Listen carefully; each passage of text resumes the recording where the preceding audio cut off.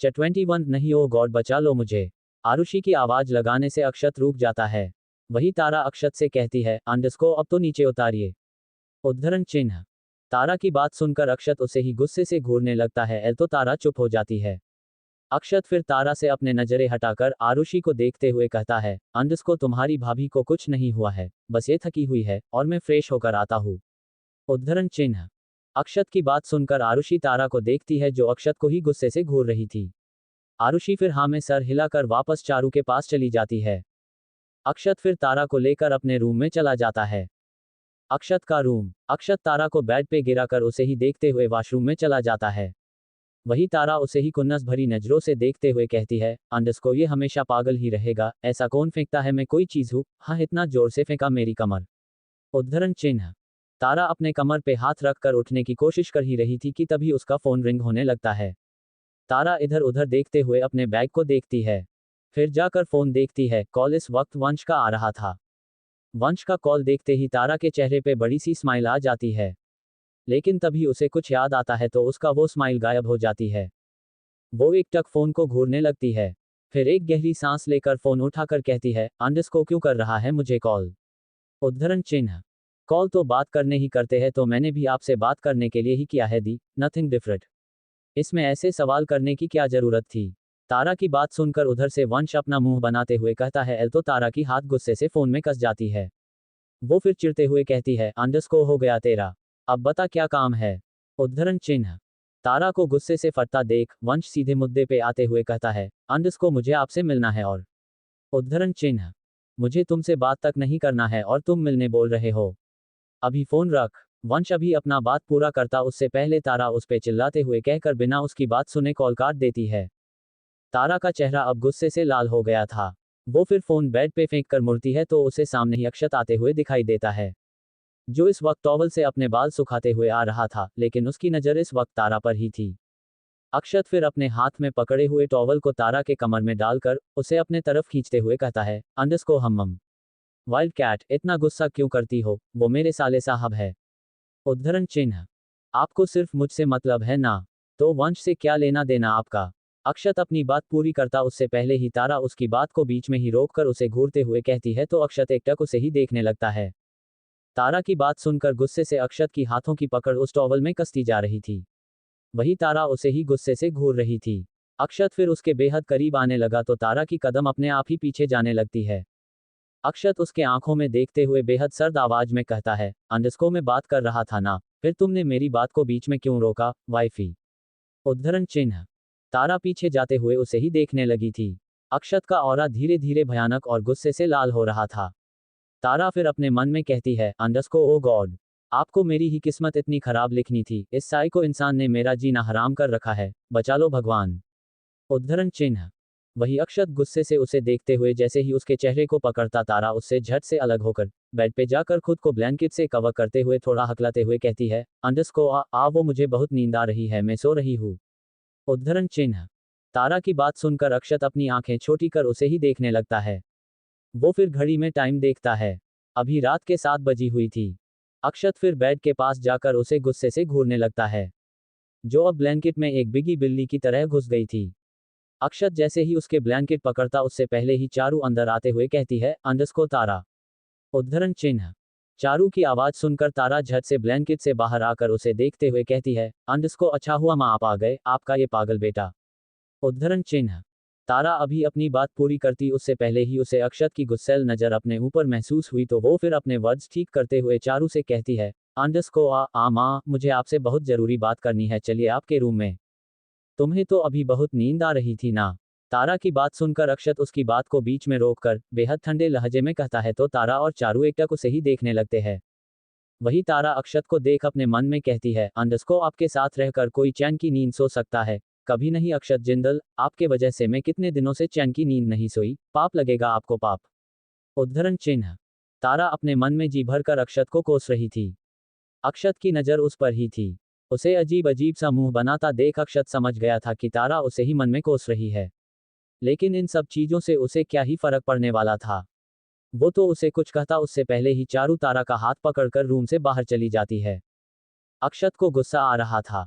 वो फिर शांत होकर तारा की हरकतें याद कर हल्के से स्माइल कर क्लोजेट रूम में चला जाता है। थोड़ी देर बाद अक्षत क्लोजेट रूम से बाहर आकर सोफे पे बैठकर अपना काम करने लगता है। उसका चेहरा इस वक्त सीरियस था और उसकी लंबे पतली सी हाथ कीबोर्ड पर नाचने लगे थे। मलेशिया में विहान के मना करने से देविका और अनिल उसे वहीं छोड़कर अजय के साथ वापस इंडिया आने की तैयारी कर रहे थे। वो जिस काम से मलेशिया आए थे वो तो नहीं हुआ था और अब वहां रहने से उन्हें कोई फायदा भी नहीं था, इसीलिए वो वापस लौट रहे थे। वो तीनों अभी निकल ही रहे थे कि तभी उनके विला के सामने एक के बाद एक 5 कार आकर रुक जाती है। तो वो तीनों हैरानी से एक दूसरे को देखने लगते हैं। वो कार आशीष, फैज, अब्दुल, अमीर और फारूक की थी। वो पांचों एक साथ कार से बाहर आकर उन तीनों के सामने आकर खड़े हो जाते हैं। वही देविका, अनिल और अजय उन पांचों को ही सावलिया नजरों से देख रहे थे। वही देविका उन पांचों को देखकर कहती है, अंडस्को तुम लोग ये कैसे? उद्धरण चिन्ह। देविका की बात सुनकर उन पांचों के चेहरे पे तिरछी स्माइल आ जाती है। उनमें से अमीर सामने आकर उन्हें देखते हुए कहता है, अंडस्को मैंने सुना है कि इंडियन कल्चर में घर आए हुए मेहमान को पहले अंदर बुलाकर बैठाकर चाय नाश्ता पूछने के बाद बात करते हैं। उद्धरण चिन्ह। अमीर की बात सुनकर देविका उसे देखकर गुस्से से कहती है, अंडस्को हम इस वक्त इंडिया में नहीं मलेशिया में है और वैसे भी हमारे पास इतना वक्त नहीं है कि हम तुम लोगों को। उद्धरण चिन्ह। चलिए अंदर चलते हैं। देविका अभी अपनी बात पूरी करती उससे पहले ही अनिल उसकी बात को बीच में रोककर उन पांचों को देखते हुए कहता है, तो वो पांचों आदमी एक नज़र देविका को देखकर उनके विला के अंदर चले जाते हैं। वही देविका अनिल को गुस्से से देखते हुए कुछ कहती उससे पहले ही अनिल उसका हाथ पकड़कर अंदर ले जाता है। वही अजय भी उनके पीछे अंदर चला जाता है। इंडिया में रात का वक्त। रूम में इस वक्त तारा अकेली ही थी। तारा इस वक्त अपने बैग अनपैक कर रही थी कि तभी उसकी नज़र एक ड्रेस पे जाती है। वह वही ड्रेस था जिसे उसने मॉल में सेम डिज़ाइन का 2 ड्रेस लिया था। तारा उस ड्रेस को हाथ में लेकर उसे देख कुछ सोचने लगती है। फिर वो एक गहरी सांस लेकर वो ड्रेस लेकर बाहर चली जाती है। आरुषि का रूम। आरुषि इस वक्त वंश से कॉल पे बात कर रही थी। वंश इस वक्त उसे तारा के बारे में ही बता रहा था। उसे तारा से मिलना था लेकिन तारा ने उसकी बात तक नहीं सुनी थी। वंश को इस बात का बुरा लग रहा था। वो बहुत उदासी से ही उससे बात कर रहा था। वही आरुषि उससे कहती है, अंडरस्को वंश भाभी अभी इस शादी से खुश नहीं है, उन्हें वक्त लगेगा। उद्धरण चिन्ह। आरुषि अभी अपनी बात पूरी करती उससे पहले ही उसका रूम का डोर नॉक होता है तो उसके बाद बीच में रुक जाती है। वो फिर वंश से कहती है, अंडरस्को वंश कोई डोर नॉक कर रहा है, मैं तुमसे बाद में बात करती हूँ। उद्धरण चिन्ह। आरुषि इतना बोलकर जल्दी से कॉल कट कर देती है। आरुष फिर डोर के पास जाकर डोर खोलती है तो वो एक टक सामने देखने लगती है। सामने इस वक्त तारा खड़ी थी। तारा आरुषि को ही देख रही थी। वही आरुषि उससे कहती है, अंडस्को भाभी आप अंदर आए ना। उद्धरण चिन्ह। वही तारा रूम में आकर उसे वो ड्रेस देते हुए उससे थोड़ा हिचकिचाते हुए अपने नजरें इधर उधर दौड़ाते हुए कहती है, अंडस्को वो ये ड्रेस तुम्हारे लिए। उद्धरण चिन्ह। तारा अपनी बात को बीच में ही रोककर उसे देखने लगती है। वही आरुषि उसके हाथ से ड्रेस को लेकर देख रही थी, जिसकी चेहरे पे इस वक्त बड़ी सी स्माइल आ गई थी। वही तारा उसे एक नज़र देखकर वहां से जाने लगी तो आरुषि उसे रोककर उसके गले लगते हुए कहती है, अंडस्को थैंक यू भाभी। उद्धरण चिन्ह। तारा चुपचाप खड़ी थी। सिर्फ आरुषि ही उसे गले लगाकर खड़ी थी। थोड़ी देर बाद तारा भी उसे गले लगते हुए कहती है, अंडस्को वो इस ड्रेस को मैंने नहीं तुम्हारे भाई ने। उद्धरण चिन्ह। तारा अपनी बात पूरी कर ही रही थी कि तभी उसकी नज़र अक्षत पे जाती है, जो इस वक्त दरवाजे के पास ही खड़े होकर एकटक उसे ही देख रहा था। तारा की बात सुनकर उसका एक आईब्रो भी उठ गया था। वो उसे ही अपने ही रौबदार स्टाइल में देख रहा था। दरअसल कुछ काम के वजह से अक्षत को ऑफिस जाना पड़ा था, इसीलिए वो जाकर जल्दी ही वापस भी आ गया था। वो अभी रूम में जा ही रहा था कि तभी उसकी नज़र तारा पे गई थी जो आरुषि के रूम के अंदर जा रही थी। इसीलिए अक्षत भी उसके पीछे ही आया हुआ था। उसने तारा और आरुषि की बात भी सुन लिया था। वही तारा अक्षत को घूरते हुए अपने मन में कहती है, अंडस्को इन्हें क्या जरूरत थी इतनी जल्दी वापस आने की। थोड़ी देर ही सही सुकून से तो रहती, लेकिन नहीं, इनसे मेरी सुकून देखी कहा जाती है। हाँ। वही आरुषि तारा से अलग होकर उसे देखते हुए कहती है, अंडस्को ये ड्रेस मेरे लिए भाई ने लिया है। उद्धरण चिन्ह। नहीं आरू, ये ड्रेस तुम्हारी भाभी ने लिया है। आरुषि की बात को बीच में काटकर अक्षत तारा को देखते हुए कहता है तो तारा और आरुषि एक साथ अक्षत को देखने लगते हैं। वही अक्षत की नज़र सिर्फ तारा पर थी। वह उसे ही देखते हुए आरुषि के पास आता है। वही तारा उन दोनों को एक नज़र देखकर वहां से जाने लगी तो अक्षत उसका हाथ पकड़कर उसे जाने से रोक देता है। वही अक्षत को इस तरह रोकने से तारा रुककर उसे ही सवालिया नजरों से देखने लगती है। अक्षत के चेहरे पे हमेशा के तरह कोई भाव नहीं था। और उसके आंखें इस वक्त बेजान सी ही थी। वही आरुषि उन दोनों को साथ में देखकर धीरे से अपने फोन में से फोटो लेने लगती है। तारा फिर अपना हाथ उससे छुड़वाने लगी तो अक्षत उसका हाथ छोड़ देता है। तारा वहां से चली जाती है। वही अक्षत आरुषि को देखता है जो प्यारी सी स्माइल करते हुए फोटोज देख रही थी। वो फिर उससे कहता है, अंडरस्को कितने फोटोज लिया? उद्धरण चिन्ह। हाँ भाई वो। अक्षत का अचानक से सवाल सुनकर आरुषि हड़बड़ा जाती है। उसे नहीं लगा था कि अक्षत की नज़र उस पर भी थी। आरुषि का उन दोनों का पिक लेते हुए अक्षत ने तिरछी नजरों से देखा था। आरुषि फिर हकलाते हुए उसे कुछ कहने लगती है। वही अक्षत उसे देखते हुए उसके हाथ में से फोन लेकर फोटोज देखने लगता है। वही आरुषि डरते हुए उसे ही देख रही थी। वो फिर अपने मन में कहती है, अंडरस्को ओ गॉड, भाई ने मेरे और वंश के भी फोटोज देख लिया तो, नहीं नहीं गॉड प्लीज बचा लो। 22 मुझे फर्क पड़ रहा है। वही अक्षत उसे देखते हुए उसके हाथ में से फोन लेकर फोटोज देखने लगता है। वही आरुषि डरते हुए उसे ही देख रही थी। वो फिर अपने मन में कहती है, अंडरस्को ओ गॉड, भाई ने मेरे और वंश के भी फोटोज देख लिया तो, नहीं नहीं गॉड प्लीज बचा लो। उद्धरण चिन्ह। वही फोटोज देख अक्षत के चेहरे पे हल्की सी स्माइल आ गई थी। तारा और उसकी फोटो वाकई में बहुत अच्छी आई थी। अक्षत फिर आरुषि को देखने लगता है, जो इस वक्त अपने दोनों हाथ एक दूसरे में उलझाकर उसे ही देख रही थी। अक्षत फिर उसे उसका फोन देते हुए कहता है, अंडरस्को ये सारे फोटोज मुझे और तुम्हारे भाभी को सेंड कर देना। उद्धरण चिन्ह। अक्षत की बात सुनकर आरुषि उसे ही ध्यान से देखने लगती है। अक्षत के चेहरे पे कोई भाव ही नहीं था, लेकिन उसके बातें सुनकर उसे ऐसा लगा कि अक्षत ने वंश और उसके फोटोज नहीं देखा है। आरुषि अपना सर हाँ में हिलाकर उसके हाथ से फोन ले लेती है, तो अक्षत वहां से चला जाता है। अक्षत का रूम। तारा अपने कपड़े सेट कर रही थी, लेकिन उसका चेहरा ज्यादा ही उदास हो गया था। इंडिया आते ही उसे रह रहकर अक्षत का उससे अपना जॉब छीनना ही याद आ रहा था। उसका जॉब कैसे उससे छीना गया ये उसने अभी तक भूला नहीं था, भूलती भी कैसे उसकी मेहनत इज्जत सब कुछ अक्षत ने उजाड़ कर जो रख दिया था। उस इंसिडेंट के बाद ही अक्षत उसे मलेशिया ले गया था, और वह जाने के बाद अक्षत का काम, उसका टॉर्चर, इन सब चीजों में ही उलझी हुई थी, लेकिन अब यहाँ आते ही उसे एक एक पल भी याद आ रहा था। तारा फिर बालकनी में चली जाती है। थोड़ी देर बाद अक्षत रूम में आता है। वो रूम में तारा को ढूंढते हुए बालकनी में जाता है। वही तारा एक टक चांद को देख रही थी, या यूं कहे कि वह उस दाग से भरे हुए चांद को घूर रही थी। अक्षत डोर पर टिककर बड़े ही जुनूनियत से तारा को ऊपर से नीचे तक देखने लगता है।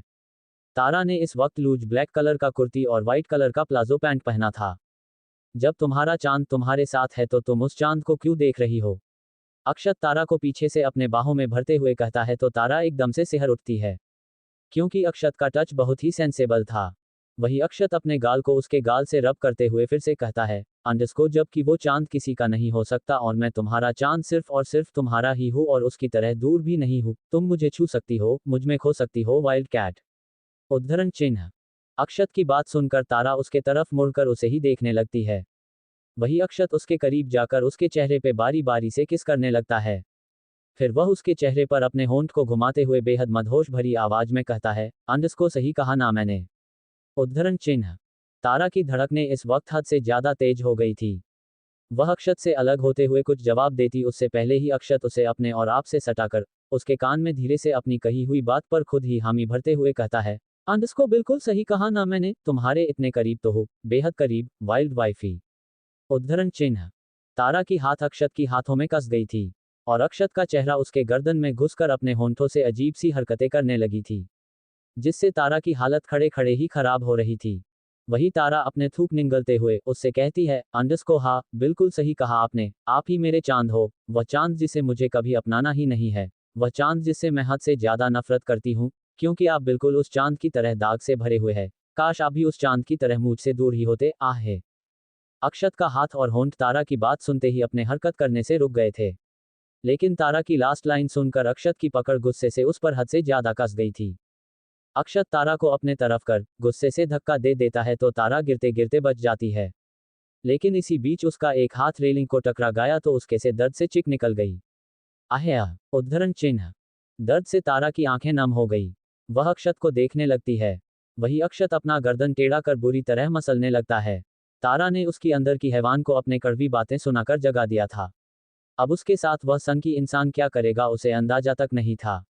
पता नहीं अक्षत का कैसा प्यार था। वही अक्षत उसके तरफ अपने कदम बढ़ाने लगता है। तारा डरते हुए उसे ही अपनी नम आंखों से देख रही थी। वह ऑलरेडी रेलिंग से टिक कर खड़ी थी। पीछे जाने का उसके पास रास्ता ही नहीं था। वही अक्षत उसके बेहद करीब जाकर कसके उसका चेहरा पकड़कर दबाते हुए अपने दांत पीसते हुए कहता है, अंडस्को तुम्हारी जुबान तो ज्यादा ही चलने लगी है वाइफी। उद्धरण चिन्ह। अक्षत का इस तरह कसके पकड़ने से तारा की मुंह से दर्द से आह निकल गई। तारा फिर उसकी गुस्सैल आंखों में देखते हुए कहती है। तारा डरते हुए अक्षत को ही अपनी नम आंखों से देख रही थी। वह ऑलरेडी रेलिंग को टीक कर खड़ी थी और पीछे जाने उसके पास रास्ता ही नहीं था। वही अक्षत उसके बेहद करीब जाकर कसके उसका चेहरा पकड़कर दबाते हुए अपने दांत पीसते हुए कहता है, अंडस्को तुम्हारी जुबान तो ज्यादा ही चलने लगी है वाइफी। उद्धरण चिन्ह। अक्षत के इस तरह कसके पकड़ने से तारा की मुंह से दर्द से आह निकल गई। तारा अक्षत की गुस्सैल आंखों में देखते हुए कहती है, अंडस्को मुझे दर्द हो रहा है अक्षत। उद्धरण चिन्ह। तो तारा की बातों का जवाब देते हुए अक्षत बिना भाव के ही उसे देखते हुए कहता है तो तारा रोते हुए उसे देखने लगती है। सामने खड़ा वह बेरहम इंसान उसका पति था जिसे इस वक्त तारा की दर्द से कोई फर्क नहीं पड़ रहा था, बल्कि दर्द तो उसे वही देते जा रहा था। अक्षत फिर एक ही झटके में उसका चेहरा छोड़कर उसके इर्द गिर्द हाथ रखकर उसके चेहरे को अपने चेहरे से बेहद रफली रब करते हुए बेहद सख्त आवाज में कहता है, अंडस्को तुम नफरत करो या मोहब्बत, रहना तुम्हें मेरे साथ ही है वाइल्ड कैट। उद्धरण चिन्ह। तारा बस उसे देख रही थी। उसे गुस्सा तो बहुत आ रहा था लेकिन वह अक्षत का गुस्सा सहन नहीं करना चाहती थी क्योंकि वह आदमी उसे गुस्से में इंसान लगता ही नहीं था। वही अक्षत गुस्से से चांद को घूरते हुए तारा से कहता है, आज के बाद अगर तुमने चांद को देखा तो बड़े ही बेरहमी से सजा दूंगा वाइल्ड कैट, उससे तुम टूटकर बिखर जाओगी। उद्धरण चिन्ह। अक्षत की लास्ट लाइन सुनकर तारा धीरे से रोते हुए बिना अक्षत को देखे कहती है, अंडस्को आपके वजह से पूरी दुनिया के सामने मैं टूटकर बिखर चुकी हूँ अक्षत, और कितना तोड़ना है आपको। उद्धरण चिन्ह। अक्षत एकटक उस चांद को बेहद गुस्से से अपनी जलती हुई नजर से देख रहा था। बादल में वह चांद भी अब छुपते हुए जा रहा था। चांद को देख ऐसा लग रहा था कि अक्षत की खौफ से आज वह चांद भी डरकर उस घना सा बादल में छुपते या यूं कहे अक्षत की खौफ से बचते हुए जा रहा हो। दुनिया के सामने वह इंसान बड़ा ही बेरहम था। उसकी जुनून जिद सिर्फ और सिर्फ तारा के लिए था, लेकिन तारा ने उसे कभी समझने की कोशिश ही नहीं की थी या यूं कहे कि अक्षत उसे समझाना ही नहीं चाहता था। अक्षत फिर तारा को देखता है जो उसे देखते हुए रो रही थी। अक्षत की बेजान सी आंखों में कोई इमोशंस नहीं थे, वही तारा की आंखों में सिर्फ और सिर्फ दर्द का भाव था। अक्षत फिर तारा के सर से अपना सर जोड़कर उसकी आंखों में देखते हुए कहता है, अंडस्को बड़ा ही बेरहम वाला प्यार है मेरा वाइल्ड कैट, आबाद भी होना है और बर्बाद भी। जितनी शिद्दत वाली नफरत होगी उतनी ही मोहब्बत होगी। मुझे हर वह एक इमोशन की वजह बनना है। अगर उसके लिए तुम्हें तोड़ना पड़े तो मैं तुम्हें तोड़ूंगा भी। और उद्धरण चिन्ह। अक्षत की बात सुनकर तारा को कोई हैरानी नहीं हुई। वह था ही अजीब और उसके साथ बहस करना उसके लिए बेकार ही लग रहा था, तो तारा ने उससे अपना मुंह फेर लिया। उसे इस तरह मुंह फेरता देख अक्षत अपनी बात को बीच में ही रोक देता है। तारा की वजह से आज अक्षत का गुस्सा बढ़ता जा रहा था। वो अभी भी उसे गुस्से से ही देख रहा था क्योंकि तारा ने उससे मुंह जो फेर लिया था, जिस वजह से अक्षत की बात अधूरी ही रह गई थी। वही तारा को उसकी नज़र की तपिश अपने चेहरे पर महसूस हो रहा था। वह बिना कुछ कहे वैसे ही खड़ी थी। वही अक्षत गुस्से से उसका चेहरा वापस पकड़ता उससे पहले ही उसकी नज़र तारा की हाथ पर जाती है। अक्षत के धक्का देने से वह रेलिंग को जाकर टकराई थी जिस वजह से उसके हाथ में चोट लगी थी और खून भी बह रहा था। अक्षत फिर उसे लेकर रूम में चला जाता है। लूथरा निवास हॉल में रखे हुए सोफे पर इस वक्त विकास बैठकर सिगरेट को अपने होंठों के बीच दबाकर उसके कश लेते हुए धुआं छोड़ रहा था। उसकी गहरी काली आंखें इस वक्त हल्के से लाल हुई थी और वह एकटक अपने सामने खड़े वंश को घूर कर देख रहा था। वही वंश भी उसे ही देख रहा था, लेकिन वंश के चेहरे पर डर का भाव साफ साफ नजर आ रहा था। वही विकास सिगरेट को ऐश बॉक्स में बुझाकर सोफे पर अपना सर टिका कर बेहद सर्द आवाज में कहता है, अंडस्को तुमने कैसे सोच लिया वंश कि मैं तुम्हें जिंदल निवास जाने की परमिशन दूंगा? वंश को तारा से मिलना था। जब से तारा की अक्षत से शादी हुई थी तब से तारा ने उससे बात तक नहीं किया था। वह उससे नाराज थी क्योंकि वंश ने शादी के मामले में अक्षत का साथ दिया था, तारा का नहीं। वंश विकास की बातों का जवाब देते हुए कहता है, अंडस्को मुझे दी को मनाना है। उद्धरण चिन्ह। विकास बस वंश को देख रहा था। वह उठकर उसके पास जाकर उससे थोड़ा सख्ती से कहता है, अंडस्को उस लड़की से उतना भी वास्ता न रखो वंश, वह सिर्फ अक्षत जिंदल से जुड़ी है, अब उसका लूथरा परिवार से कोई वास्ता नहीं है। उद्धरण चिन्ह। वंश उन्हें ही सवालिया नजरों से देखने लगता है। उसे विकास की बातों का मतलब समझ नहीं आया था। वंश फिर उनसे सवाल करते हुए कहता है, अंडस्को क्या मतलब है आपका? उद्धरण चिन्ह। विकास एक गहरी सांस लेकर घड़ी में टाइम देखता है जो अब रात के 11 बजा रहे थे। वह फिर वंश का गाल थपथपा कर कहता है, अंडस्को रात हो गई, जाकर सो जाओ। उद्धरण चिन्ह। विकास इतना बोलकर बिना वह रुके अपने रूम में चला जाता है। वही वंश उन्हें ही देख रहा था। वह फिर बुदबुदाते हुए कहता है, अंडस्को एक बात भी ये पूरी तरह बताते ही नहीं, जीजू के साथ मिलकर यह बिल्कुल जीजू की तरह ही हो गए हैं। फिर वंश भी अपने रूम में चला जाता है। जिंदल निवास, अक्षत का रूम। अक्षत इस वक्त सोफे पर बैठकर तारा के हाथ पे पट्टी कर रहा था। वही तारा बस उसे देखे जा रही थी। अक्षत उसे चोट भी देता था और दवा भी लगता था। अक्षत बिना देखे तारा से कहता है, अंडस्को ज्यादा दर्द हो रहा है। उद्धरण चिन्ह। आपको इससे फर्क पड़ता है। तारा अपना हाथ पीछे लेकर उससे थोड़ा दूर हटकर बैठ जाती है। वही उसे इस तरह दूर बैठता देख अक्षत उसे ही घूर कर देखने लगता है। रोने से तारा की आंखें और नाक ज्यादा ही लाल हो गई थी, जिस वजह से वह इस वक्त किसी छोटी सी खरगोश जैसी दिखाई दे रही थी। वही अक्षत उसके करीब बढ़ते हुए उससे कहता है, अंडस्को फिलहाल तो मुझे फर्क पड़ रहा है। उद्धरण चिन्ह। तारा अक्षत को ही देख रही थी। उसकी बात सुनकर वह बिना कुछ कहे उसका चेहरा देखने लगती है। लेकिन उसकी इमोशनलेस चेहरा देखने से उसे कुछ समझ नहीं आने वाला था, इसीलिए वह उससे नजरें हटाकर उठकर जाने लगी थी कि तभी अक्षत उसे रोककर उसके चेहरे के बेहद करीब जाकर उसके गाल पर अपना होंठ रख देता है। वही तारा की धड़कनें उसे इतना करीब देखकर फिर से तेज हो गई थी। अक्षत का एक हाथ धीरे से उसके गर्दन में जाने लगी तो दूसरा उसके कमर में। वही तारा सिहरते हुए उसे महसूस कर रही थी। अक्षत की किस से तारा ना चाहते हुए भी मदहोश होती जा रही थी। फिर तारा एक गहरी सांस लेकर अक्षत को खुद से दूर कर देती है।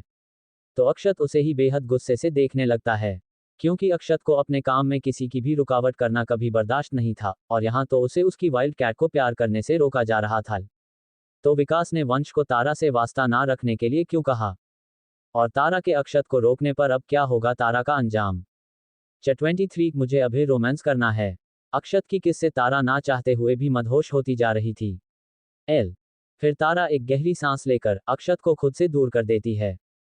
तो अक्षत उसे ही बेहद गुस्से से देखने लगता है, क्योंकि अक्षत को अपने काम में किसी की भी रुकावट करना कभी बर्दाश्त नहीं था, और यहाँ तो उसे उसकी वाइल्ड कैट को प्यार करने से रोका जा रहा था।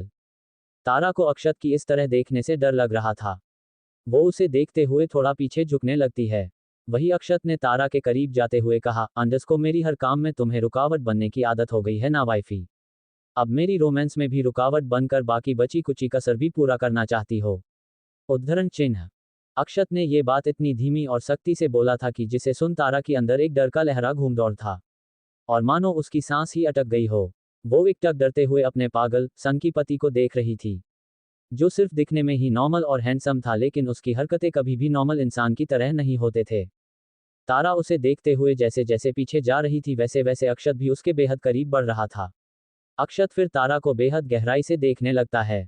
वही तारा भी उसकी बेजान सी आंखों में देखकर उसे पढ़ने की कोशिश कर रही थी। लेकिन अक्षत को पढ़ना या समझना आसान नहीं था। उसे अपने इमोशंस पे कंट्रोल करना अच्छे से आता था। मेरी आंखों को पढ़ने की कोशिश कर रही हो?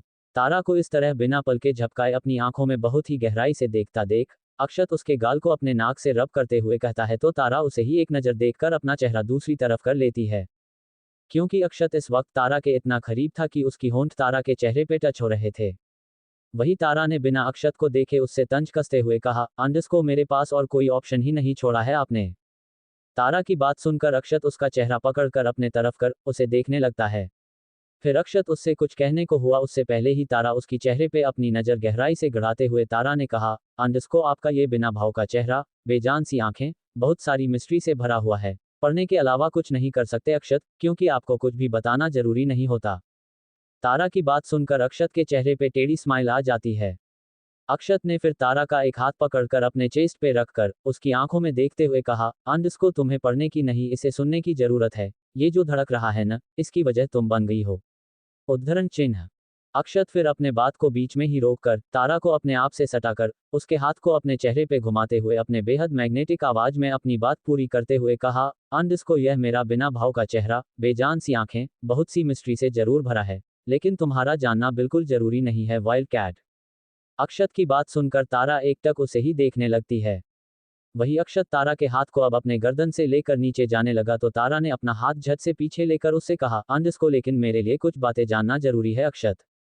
अक्षत तारा की हाथ को ही घूर रहा था, जो अभी अभी तारा ने झटक कर पीछे लिया था। वही अक्षत को इस तरह हाथ को घूरता देख तारा ने अपना सर ना में हिलाते हुए उससे कहा, अंडस्को अक्षत आप मेरी बात सुन रहे हैं ना?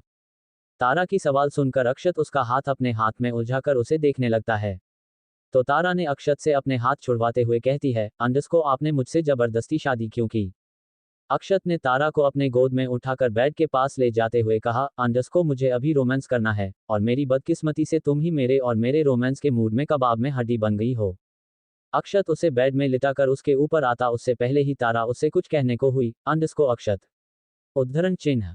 तारा के बार बार रोकने पर अक्षत इरिटेट हो रहा था। अक्षत ने चिढ़ते हुए उसके ऊपर आते हुए कहा, अंडस्को हमारी शादी जबरदस्ती इसीलिए हुई क्योंकि तुम शादी के लिए मान नहीं रही थी। अक्षत का इस तरह अचानक से ऊपर आने से तारा पूरा बेड पे लेट चुकी थी। वही अक्षत उसे ही घूर रहा था। अक्षत के घूरने से और उसके बाद से तारा का अब मुंह बन गया था, क्योंकि अक्षत ने जो जवाब उसे दिया था उसे कोई जवाब ही नहीं कह सकते थे। वही अक्षत उसके दोनों हाथों में अपने हाथ उलझाता तो तारा उसे फिर से कुछ कहने को हुई तो इस बार अक्षत उसे आंखों से ही वार्न करता है तो तारा चुप हो जाती है। अक्षत जितना शांत था उसके लिए उतना ही अच्छा था, क्योंकि अगर वो वोयलेंट हो गया तो तारा के साथ क्या क्या हो सकता था उसे तारा खुद भी इमेजिन नहीं कर सकती थी। अक्षत अपने आंखें बंद कर उसके चेहरे के करीब बढ़ता उसे तारा की फिर से आवाज सुनाई देती है, तो अक्षत अपने आंखें खोलकर उसे देखने लगता है। वही तारा ने अपनी नम आंखों से अक्षत को देखते हुए कहा, अंडस्को आपने मेरे साथ ऐसा क्यों किया अक्षत? क्यों मुझे दुनिया के सामने जलील किया? क्यों मेरा जॉब छीना जिसे पाने के लिए मैंने दिन रात एक कर मेहनत की थी, और ये बात आपको अच्छे से पता था, फिर भी आपने ऐसे किया क्यों किया? उद्धरण चिन्ह। तारा का अब गला भर आया था, वो रोते हुए उसे ही देख रही थी। तारा खुद को शांत करने का कोशिश कर रही थी लेकिन उससे नहीं हो पा रहा था, इसीलिए तारा बार बार अक्षत से सवाल पे सवाल करते जा रही थी। अक्षत अभी भी उसके ऊपर वैसा ही लेटा था। अक्षत तारा के आंखों से गिर रही आंसुओं को देख रहा था। अक्षत फिर टेढ़ी स्माइल कर उसके ऊपर झुककर उसकी आंसू पीकर बेहद पागलों के तरह अपना गर्दन टेढ़ा कर उसकी आंखों में देखते हुए बेहद सर्द मगर धीरे से कहा, अंडस्को मुझे इन आंसुओं की वजह बनना था वाइल्ड कैट। अक्षत की बात सुनकर तारा उसे ही देखने लगती है। उसे अक्षत से जवाब की कोई उम्मीद नहीं थी, लेकिन उसे अक्षत से पूछना था। उसके दिमाग में जो सवाल थे और उसकी जवाब सिर्फ उसका पति ही दे सकता था। तारा फिर अपने आंखें कसके बंद कर देती है, तो उसकी आंखों के कोने से फिर से आंसू बहने लगते हैं। वही अक्षत उसे ही ध्यान से देख रहा था। फिर अक्षत तारा की बंद पलकों पे अपना होंठ रख देता है तो तारा की हाथ बेडशीट में कस जाती है। अक्षत फिर तारा के गाल पे हाथ रखकर उसे सहलाने लगता है तो तारा अपनी आंखें खोलकर उसे ही देखने लगती है। वही अक्षत ने तारा के सर से अपना सर जोड़ते हुए कहा, अंडस्को जो तुम्हारे लिए जानना जरूरी है वो सारी चीजें मैं तुम्हें जरूर बताऊंगा वाइफी, लेकिन अक्षत अपने बात को बीच में ही छोड़कर उसके चेहरे पे किस करने लगता है तो तारा धीरे से बोली, अंडस्को लेकिन क्या अक्षत? उद्धरण चिन्ह। वही अक्षत को अब कुछ भी सुनना ही नहीं था तो वो झट से तारा की होंठों को अपने होंठों में भर लेता है। तारा अक्षत को ही देख रही थी, जो अपने आंख बंद कर उसे बेड में ही दबा रहा था। मलेशिया में यहाँ का माहौल अलग हो गया था। वो पांचों लोग वहां से चले गए थे, लेकिन देविका, अनिल और अजय तीनों के चेहरे का रंग ही उड़ गया था। वही देविका ने अजय को गुस्से से घूरते हुए चिल्लाते हुए कहा, अंडस्को इन सब चीज में जरूर तुम्हारे बेटे का ही हाथ होगा। ऐसे ही सालों से चलते आ रही डील अचानक कैंसिल नहीं हो सकती है, और ये पांचों लोग आज हमारे ही विला आकर हमारी कमजोरी का फायदा उठाकर चले गए और हम कुछ भी नहीं कर पाए। उद्धरण चिन्ह। देविका की बात सुनकर अजय अनिल को देखने लगता है, लेकिन अनिल को देविका की बात सही ही लग रही थी तो वो अजय को कुछ भी ना कहते हुए वापस रूम में चला जाता है। अजय ने अपने सर पे हाथ फेरते हुए अपने मन में अक्षत को खूब कोसते हुए कहा, अंडस्को ओ गॉड, मेरा बेटा मेरा ही दुश्मन बन गया है। पता नहीं अब यहाँ से हम इंडिया कब जाएंगे, कहीं अक्षत हमें यही फंसाने तो नहीं आया था। अजय यही सोचते हुए अक्षत को कॉल करने लगता है, लेकिन अक्षत उसका कॉल पिक नहीं करता है तो वो फोन गुस्से से नीचे फेंककर अपने रूम में चला जाता है। इंडिया जिंदल निवास, अक्षत का रूम का माहौल इस वक्त पूरी तरह गर्म हो गया था। बेड में इस वक्त अक्षत तारा के साथ प्यार का खेल खेलते ही जा रहा था, जिससे तारा ना चाहते हुए भी मदहोश होते हुए मदहोशी भरी आवाज निकाल रही थी। रूम में उस चांद की रोशनी में उनकी बेशर्मी भरी आवाज उन चारों दीवारों के बीच शोर मचा रही थी। वही तारा सहर रही थी, क्योंकि अक्षत की हर एक टच उसे सहने पर मजबूर कर रही थी। तारा ने धीरे से अक्षत को खुद से थोड़ा अलग कर उससे कहा, अंडस्को अक्षत। उद्धरण चिन्ह।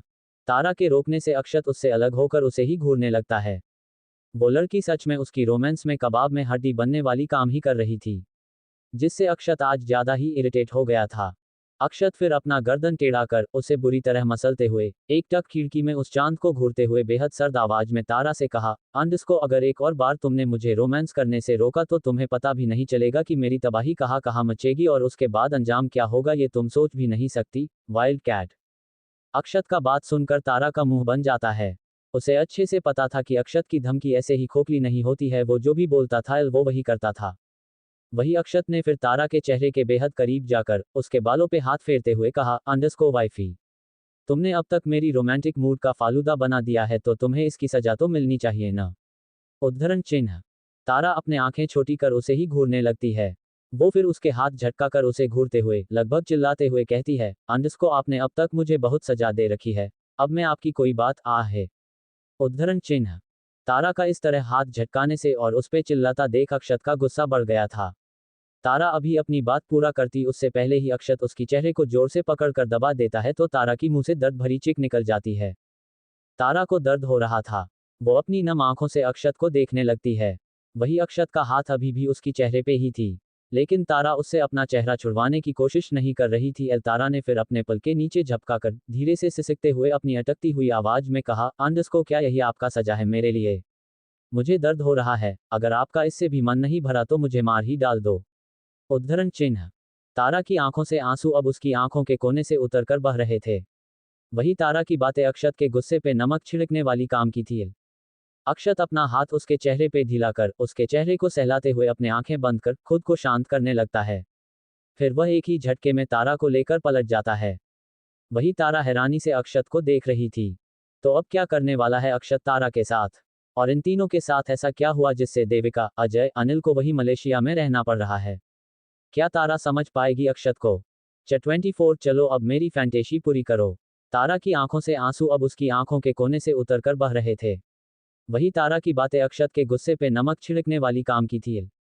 अक्षत अपना हाथ उसके चेहरे पे ढीला कर उसके चेहरे को सहलाते हुए अपने आंखें बंद कर खुद को शांत करने लगता है। फिर वह एक ही झटके में तारा को लेकर पलट जाता है। वही तारा हैरानी से अक्षत को देख रही थी। अक्षत का चेहरा थोड़ी देर पहले बेहद सर्द और गुस्से से भरा हुआ था, लेकिन अब उसकी चेहरे में कोई भाव नहीं था, यहाँ तक कि उसकी आंखें भी बेजान सी हो गई थी। वही अक्षत तारा की आंखों में देखते हुए उसकी दोनों हाथों में अपना हाथ उलझाकर उसकी चेहरे पे हल्के से फूंकने लगता है। तारा तो कब से उसे ही देखने में लगी थी। अक्षत की सांसों को वो अपने चेहरे पे महसूस कर रही थी, जिससे उसके अंदर एक कर्ट सा दौड़ने लगा था। तारा अपने हाथ को उसके हाथ से छुड़वाते हुए उससे कहती है, अक्षत, आप क्या कर रहे हैं? उद्धरण चिन्ह। अभी किया नहीं है वाइल्ड कैट, अब करूंगा। नहीं नहीं, अब तुम करोगी। तारा की बात सुनकर अक्षत टेढ़ी स्माइल करते हुए उसकी हाथों को फिर से अपने हाथों में उलझाते हुए कहता है, तो तारा उसे ही सवालिया नजरों से देखने लगती है। वही अक्षत तारा को अपने तरफ सवालिया नजरों से देखता देख उसकी होंठों पे हल्के से किस कर उससे कहता है, अंडस को बताता हूँ वाइफी, मैं तुम्हें डिटेल में ही बताऊंगा कि तुम क्या करोगी, इसके लिए तुम्हें अपना छोटा सा दिमाग का यूज करने की जरूरत नहीं है। तारा उसकी ऊपर ही लेटी हुई थी और उसका बॉडी अब रिएक्ट भी कर रहा था।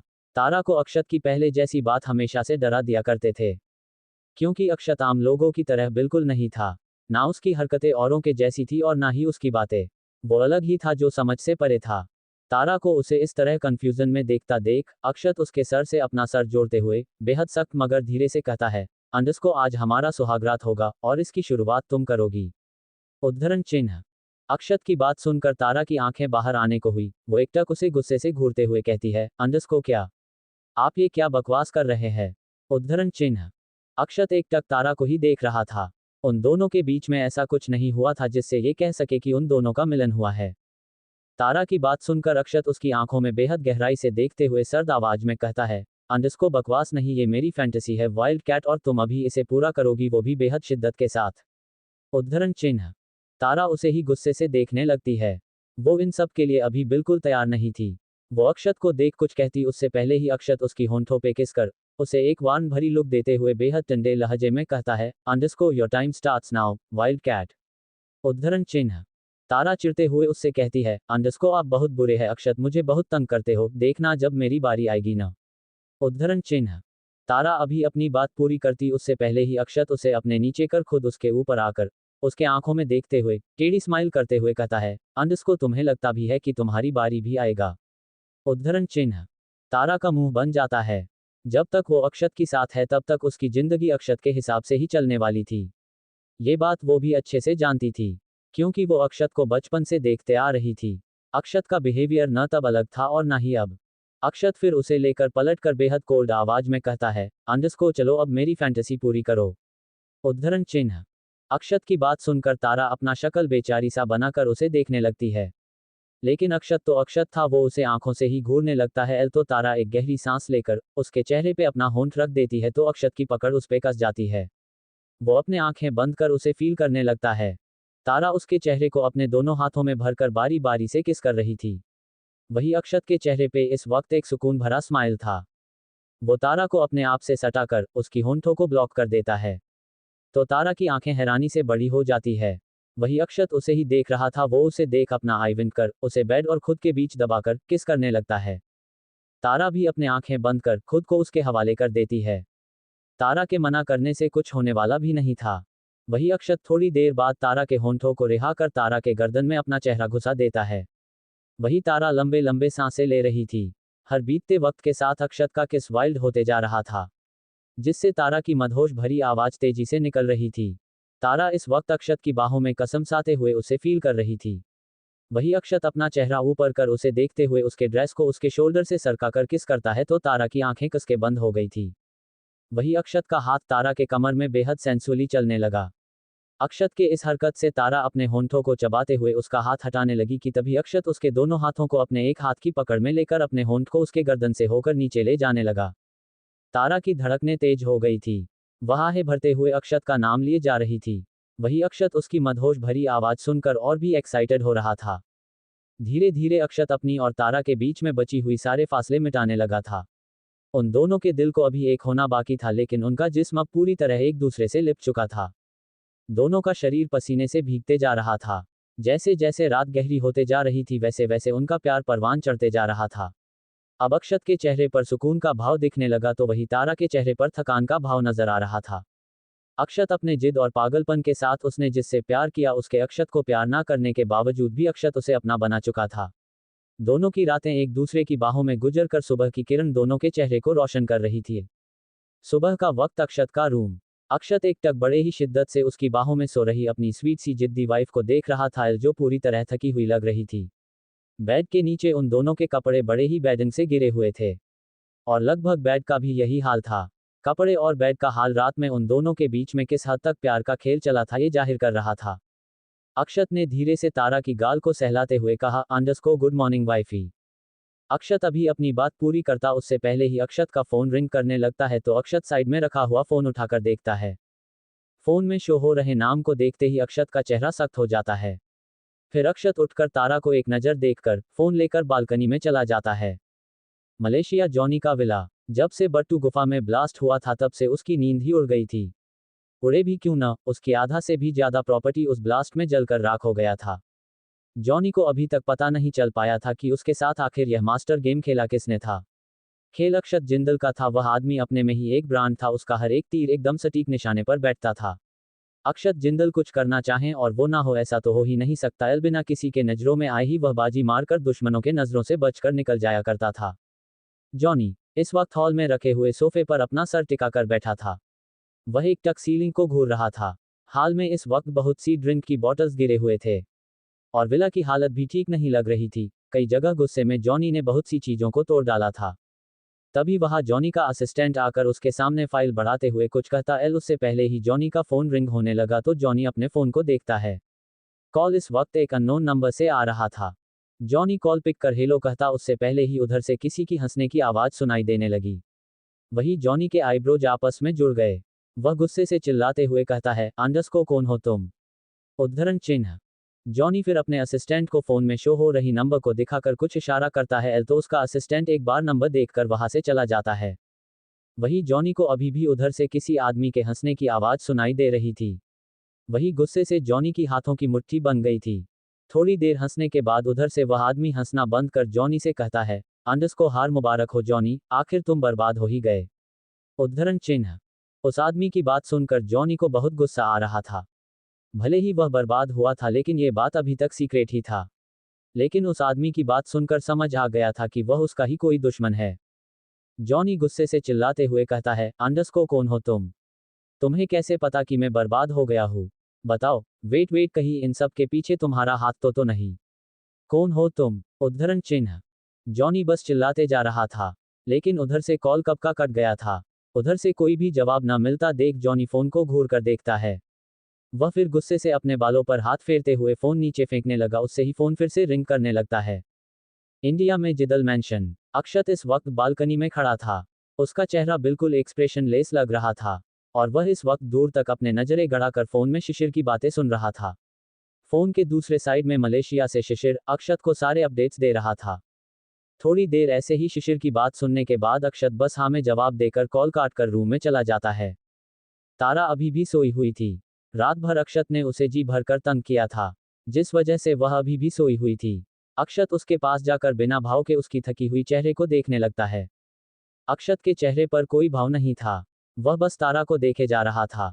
खिड़की से आती हुई धूप की हल्की सी किरणें तारा के चेहरे पर गिर रहे थे, जिस वजह से तारा कसमसाते हुए अपना चेहरा पिलो में घुसाकर सोने की कोशिश कर रही थी। वही तारा को इस तरह कसमसाता देख अक्षत की आईब्रोज सिकुड़ गए। वह मुड़कर विंडो के तरफ घूरकर देखने लगता है।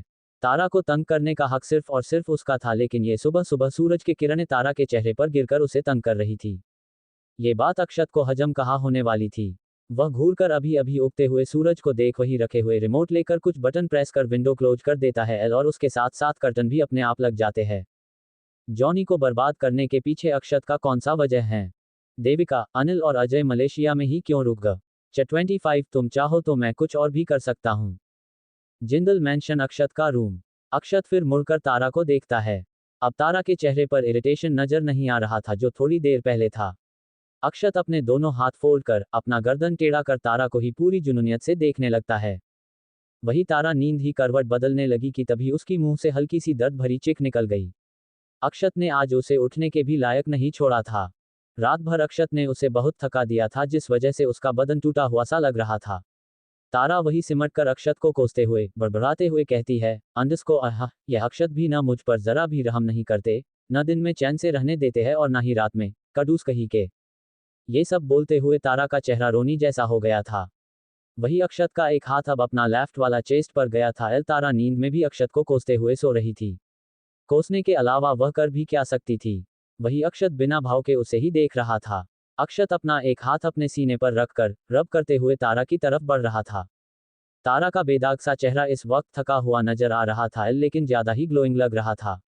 वही अक्षत उसके पास जाकर बैठ ही रहा था कि तभी तारा अपने आप को ब्लैंकेट से कवर कर लेती है। उसके इस एक्शन से अक्षत अपने जगह में ही रुक गया। उसकी आईब्रोज आपस में ही जुट गए थे। वह झट से तारा का ब्लैंकेट हटाकर उसे घूरने लगता है। वही तारा तो अभी भी नींद में ही थी, लेकिन अचानक से इस तरह होने से वह हड़बड़ाकर उठ गई थी। तारा फिर अक्षत को देखती है जो उसे ही घूर कर देख रहा था। उसे ऐसे देख तारा अपने आंखें मलते हुए कहती है, अंडस्को क्या है? ना मुझे रात में सोने देते और ना ही दिन में क्यों कर रहे ऐसा? उद्धरण चिन्ह। तारा इस वक्त अक्षत को बेहद क्यूट लग रही थी। वह पूरी तरह चीर चुकी थी। वही अक्षत उसके करीब जाकर उसके गाल पर हाथ रखकर हल्के से दबाते हुए बेहद कोल्ड वॉइस में कहता है, अंडस्को मैं तुम्हें देख रहा था ना, फिर तुमने अपने आप को ब्लैंकेट से कवर क्यों किया, वाइल्ड कैट? उद्धरण चिन्ह। तारा की आंखें एकदम से बाहर आने को हुए। वह एकटक अपने सामने बैठे हुए अपने पागल पति को देखने लगती है। वह तो सोई थी, उसे पता भी नहीं था कि उसका पति उसे निहारे जा रहा था। वही अक्षत उसके आंखों में देखते हुए अपना हाथ इधर से उधर चला रहा था, जिससे तारा सिहर भी रही थी। लेकिन वह अक्षत की बात से ज्यादा ही हैरान हुई थी। तारा को कुछ भी न बोलता देख अक्षत का हाथ उसकी चेहरे पर थोड़ा हार्शली चलने लगा तो तारा ने चिढ़ते हुए उसका हाथ हटाकर कहा, अंडस्को क्या कर रहे हैं आप? मुझे दर्द हो रहा है। उद्धरण चिन्ह। तारा अपना गाल सहलाते हुए अक्षत को देखने लगती है। अक्षत उसे ही देख रहा था। उसकी चेहरे पर और उसकी आंखों में कोई भाव नहीं था, एकदम जीरो एक्सप्रेशन थी। अक्षत उसके करीब बढ़ते हुए कहता है, अंडस्को तुमने अभी तक जवाब नहीं दिया, वाइल्ड वाइफी। उद्धरण चिन्ह। अक्षत का इस तरह अपने करीब आने से तारा पीछे हट रही थी। वह फिर उसके सीने पर हाथ रखकर उसे खुद से दूर करते हुए बोली, अंडस्को वो मैं तो सोई हुई थी अक्षत, मुझे पता नहीं था ना कि आप मुझे ही देख रहे थे, अगली बार आप मुझे बताकर घूरते रहिएगा ताकि मैं आपको डिस्टर्ब ना कर सकूं। उद्धरण चिन्ह। तारा इतना बोलकर अपना चेहरा बेहद मासूम जैसा बनाकर अक्षत को देखने लगती है। हम अक्षत उसके दोनों हाथ पकड़कर उसे अपने तरफ खींचते हुए इतना ही कहता है तो तारा उसे ही लाचारी से देखती है। वही अक्षत उसके चेहरे के समाने आ रहे बालों को उसके कान के पीछे कर उसके माथे पर हल्के से किस कर उससे अलग हो जाता है। तारा चुपचाप बैठकर उसकी हरकतें देख रही थी। उसे आज तक अक्षत का बिहेवियर समझ ही नहीं आया था। वह एक गहरी सांस लेकर अपना सर नामे हिलाते हुए वापस लेट जाती है। उसे ज्यादा ही नींद आ रहा था। हॉल में प्रीति हॉल में इधर उधर टहलते हुए देविका और अनिल को कॉल करने की कोशिश कर रही थी। उन तीनों को अब तक इंडिया आ जाना चाहिए था लेकिन अभी तक आए नहीं थे। प्रीति कुछ सोचते हुए विहान को कॉल करती है। उधर से विहान कॉल पिक कर कहता है _ प्रीतु उद्धरण चिन्ह। विहान का आवाज सुनकर प्रीति हल्के से स्माइल करते हुए कहती है _ भाई आप अब कैसे है? मम्मा और डैड कहा है उन्हें अब तक इंडिया आ जाना चाहिए था ना? उद्धरण चिन्ह। विहान थोड़ी देर के लिए चुप हो गया, क्योंकि उसे खुद नहीं पता था तो वह प्रीति को क्या जवाब देता। उसे भी यही लगा था कि वह तीनों अब इंडिया चले गए। विहान को कुछ भी न बोलता देख प्रीति उससे फिर सवाल करते हुए कहती है _ भाई आप कुछ बोल क्यों नहीं रहे? पता होगा तो बोलेगा ना? सीढ़ियों से उतरकर नीचे आते हुए अक्षत प्रीति को कहता है तो प्रीति अक्षत को देखने लगती है। वही विहान को अक्षत की बात अच्छे से सुनाई दी थी, जिससे गुस्से से विहान की पकड़ फोन में ही कस गई थी। प्रीति को अक्षत से ज्यादा ही डर लगता था, इसीलिए वह उससे कुछ भी कहने का हिम्मत ही नहीं करती थी। वह चुप होकर अपने रूम में जाने लगी तो अक्षत डाइनिंग एरिया में जाते हुए कहता है _ वैसे तुम्हारा भाई कैसा है? जिंदा है या ऊपर जाने की तैयारी कर रहा है? प्रीति को गुस्सा आ रहा था, लेकिन वह गुस्सा निकाल नहीं सकती थी, इसीलिए वह अपने रूम में चली जाती है। मलेशिया। गुस्से से विहान के होंठ की पकड़ फोन में कस गई थी। वह अपने दांत पीसते हुए कहता है _ अक्षत जिंदल, जितना उड़ना है उड़ो, तुम्हारा फर कैसे काटना है मुझे अच्छे से पता है। विहान फिर अपने असिस्टेंट को कॉल कर देविका, अनिल और अजय के बारे में पता करने बोलता है। जॉनी का विला। जॉनी इस वक्त अपने हाथ में पकड़े हुए फोन को घूर रहा था। एक बार फिर से अननोन नंबर से उसे कॉल आ रहा था, लेकिन यह नंबर अलग था। जॉनी कॉल पिक करता है। उधर से फिर से वही इंसने की आवाज सुनाई दी तो जॉनी की दांत भींच गए। जॉनी ने गुस्से से दांत भींचते हुए कहा _ कौन हो तुम? इस तरह पागलों की तरह हंस क्यों रहे हो? जॉनी को अब लग रहा था कि उसके साथ जिसने भी खेल खेला है वह इंसान यही होगा। जॉनी अपने सामने खड़े असिस्टेंट को इशारा करते हुए लोकेशन ट्रेस करने का बोल रहा था। वही जॉनी का असिस्टेंट उससे कुछ जरूरी बात करना चाह रहा था, लेकिन जॉनी को फुर्सत मिले तब न। वह फिर उस नंबर का लोकेशन ट्रेस करते हुए जॉनी के साथ बाहर चला जाता है। वही जॉनी और उसका असिस्टेंट बाहर जा ही रहे थे कि तभी उसके विला के सामने 5 कार एक साथ आकर रुक जाती है। वही जॉनी को अच्छे से पता था वह किसके काज है। जॉनी फिर इग्नोर कर अपने कार में बैठकर वह से चला गया। इंडिया में जिंदल निवास डाइनिंग एरिया। अक्षत अपने हेड चेयर पर बैठकर नाश्ता कर रहा था। वही उसके बगल में ही आरुषि बैठी थी। वह भी अपना नाश्ता करते हुए चारू को देख रही थी, जो इस वक्त अक्षत के रूम के तरफ देख रही थी। क्योंकि तारा अभी नीचे नहीं आई थी, तभी अक्षत ने बिना उन्हें देख कहा _ वह अभी तक सो रही है। चलो अच्छा है तुमने उसे चैन की नींद तो लेने दिया।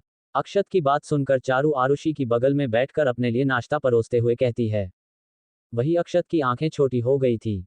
वह खाना का छोड़कर अब चारू को ही घूर रहा था। वही आरुषि भी चारू को देख रही थी।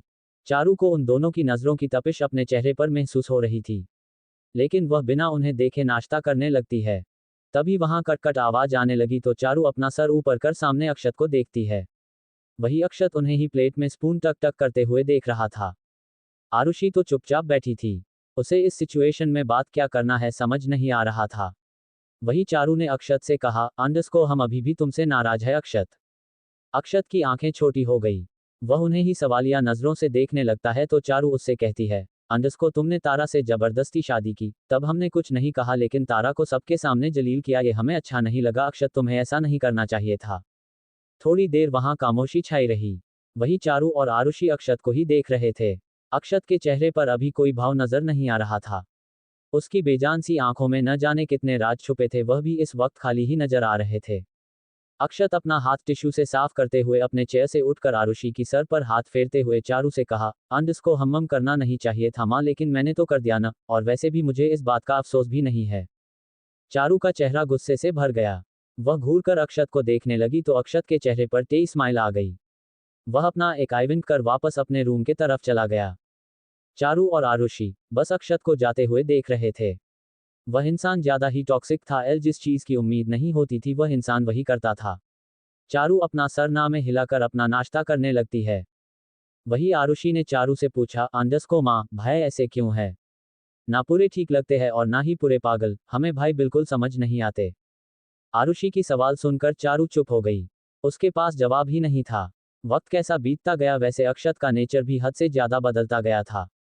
अक्षत का रूम। अक्षत रूम में आकर तारा को देखता है, जो अभी भी सो रही थी। अक्षत फिर क्लोजेट रूम में चला जाता है। उसे ऑफिस भी जाना था।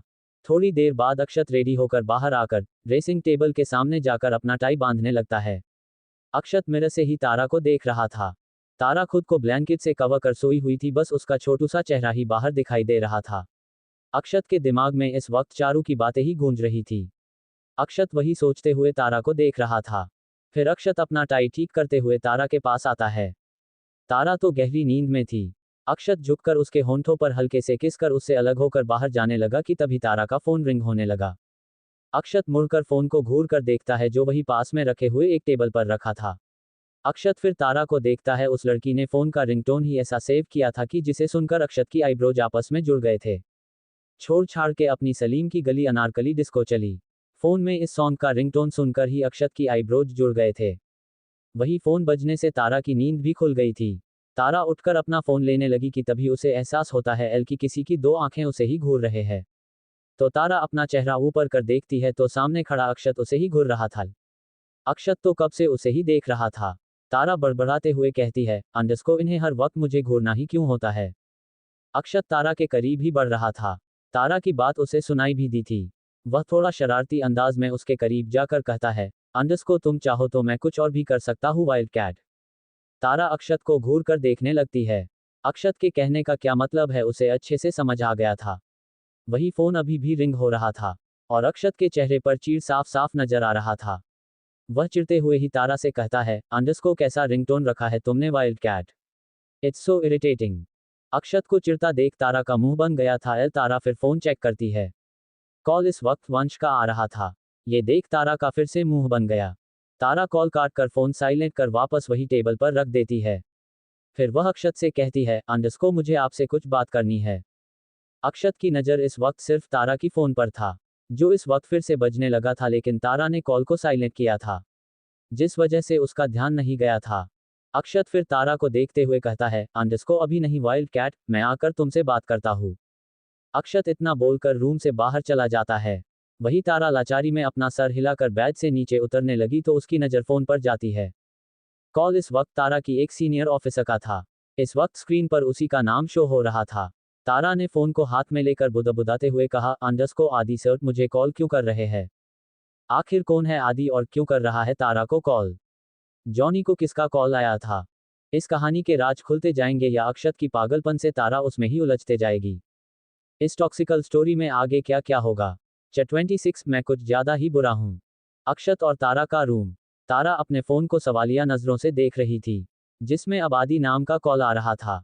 तारा फिर बिना देरी किए ही कॉल पिक करती है।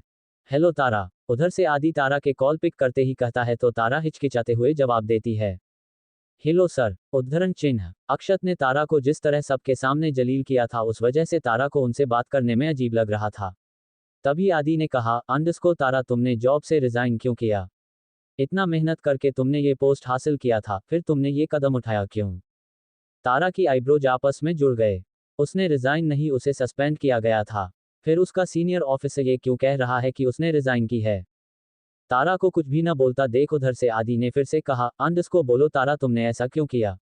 हमें तुमसे यह उम्मीद बिल्कुल नहीं थी। तारा उस दिन को याद करने लगती है। सच में वह दिन उसके लिए बेहद बुरा साबित हुआ था। वही तारा ने आदि से सवाल करते हुए कहा, अंडस्को आप ये क्या कह रहे हैं सर, हमने रिजाइन नहीं किया था बल्कि हमें सस्पेंड किया गया था। तारा की बात सुनकर उधर से आदि थोड़ी देर के लिए चुप हो गया। वही तारा की आंखें हल्के से नम हो गए थे। उसने कभी नहीं सोचा था कि उसके साथ अक्षत ऐसा भी कुछ करेगा। उधर से आदि ने फिर बोला, अंडस्को तुम्हें सस्पेंड किया गया। तारा को आदि के बात करने का तरीका समझ नहीं आ रहा था। वह उसके साथ ऐसे बात कर रहा था जैसे उसे कुछ भी पता ही ना हो। तारा का सबके सामने जलील होना, जॉब से सस्पेंड करना, सब कुछ न्यूज में तक आ गया था, फिर यह बात आदि को क्यों नहीं पता। तारा एक गहरी सांस लेकर आदि को कुछ कहने को हुई तभी उधर से आदि ने कहा, अंडस्को लगता है तुम किसी गलतफहमी में हो तारा, तुम्हें सस्पेंड नहीं किया था, तुमने खुद ही रिजाइन की है। तारा के चेहरे पर सिर्फ सवालिया भाव थे। ऐसे कैसे हो सकता है, उसने खुद साइन किया था। तारा ने कुछ सोचते हुए आदि से कहा, अंडस्को सर आपने न्यूज देखा नहीं होगा। तारा आगे कुछ कहती उससे पहले ही आदि ने उससे कहा, अंडस्को हम तारा हमें इस वक्त मीटिंग में जाना है, हम तुमसे बाद में बात करते हैं। एक काम करते हैं, तुम हमें शाम को एक कैफे में मिलो, हम इसके बारे में बात करेंगे। आदि ने इतना कहकर कॉल कर दिया। वहीं तारा पूरी तरह सवालों की घेरों में खड़ी थी। आदि की एक एक बात तारा के दिमाग में गूंजने लगे थे। वही दूसरी तरफ कार में अक्षत इस वक्त बैक सीट पर बैठा था। वह अपने सर को सीट पर टिकाकर अपने आंखें बंद कर बैठा था। उसके चेहरे पर तिरछी स्माइल थी, जो शायद ही किसी को समझ आ सकता था। तभी उसका फोन रिंग होने लगा। तो उसने अपना फोन पिक किया तो उधर से अजय ने चिल्लाते हुए कहा, अंडरस्को अक्षत, हम यह मलेशिया में फंसे हुए हैं और तुम L don't shout mister Ajay Jindal. Ajay को इस तरह चिल्लाता देख अक्षत उसके बात को बीच में रोककर बेहद कोल्ड वॉइस में कहता है।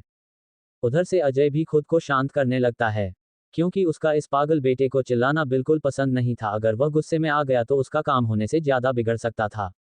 तभी अजय को अक्षत के हंसने का आवाज सुनाई दी, तो अजय की आंखें छोटी हो गई। अजय ने गुस्से से दांत पीसते हुए अक्षत से कहा, अंडरस्को तुम हंस क्यों रहे हो? कहीं डील कैंसिल होने में तुम्हारा हाथ तो नहीं है अक्षत? इधर अक्षत के चेहरे पर बेहद खतिलाना मुस्कान आ गई थी। अक्षत ने अपने आंखें खोलकर बेहद सख्त मगर धीरे से बेहद मिस्टीरियस तरीके से कहा, अंडरस्को मिस्टर अजय जिंदल, अक्षत जिंदल को हल्के में मत लेना। अक्षत वही करता है एल जिसकी उम्मीद किसी को नहीं होती है। मुझ पर इस तरह चिल्लाकर वक्त बर्बाद करने से अच्छा है एल कि आप वहां से निकलने की कोशिश करें। क्या पता तुम तीनों की वहां से लाश ही इंडिया वापस आ पाए। अक्षत, अजय गुस्से अक्षत पर चिल्लाता है। अजय को अक्षत की बातें समझ में तो नहीं आया था, लेकिन उसकी बात सुनकर उसे गुस्सा जरूर आ गया था।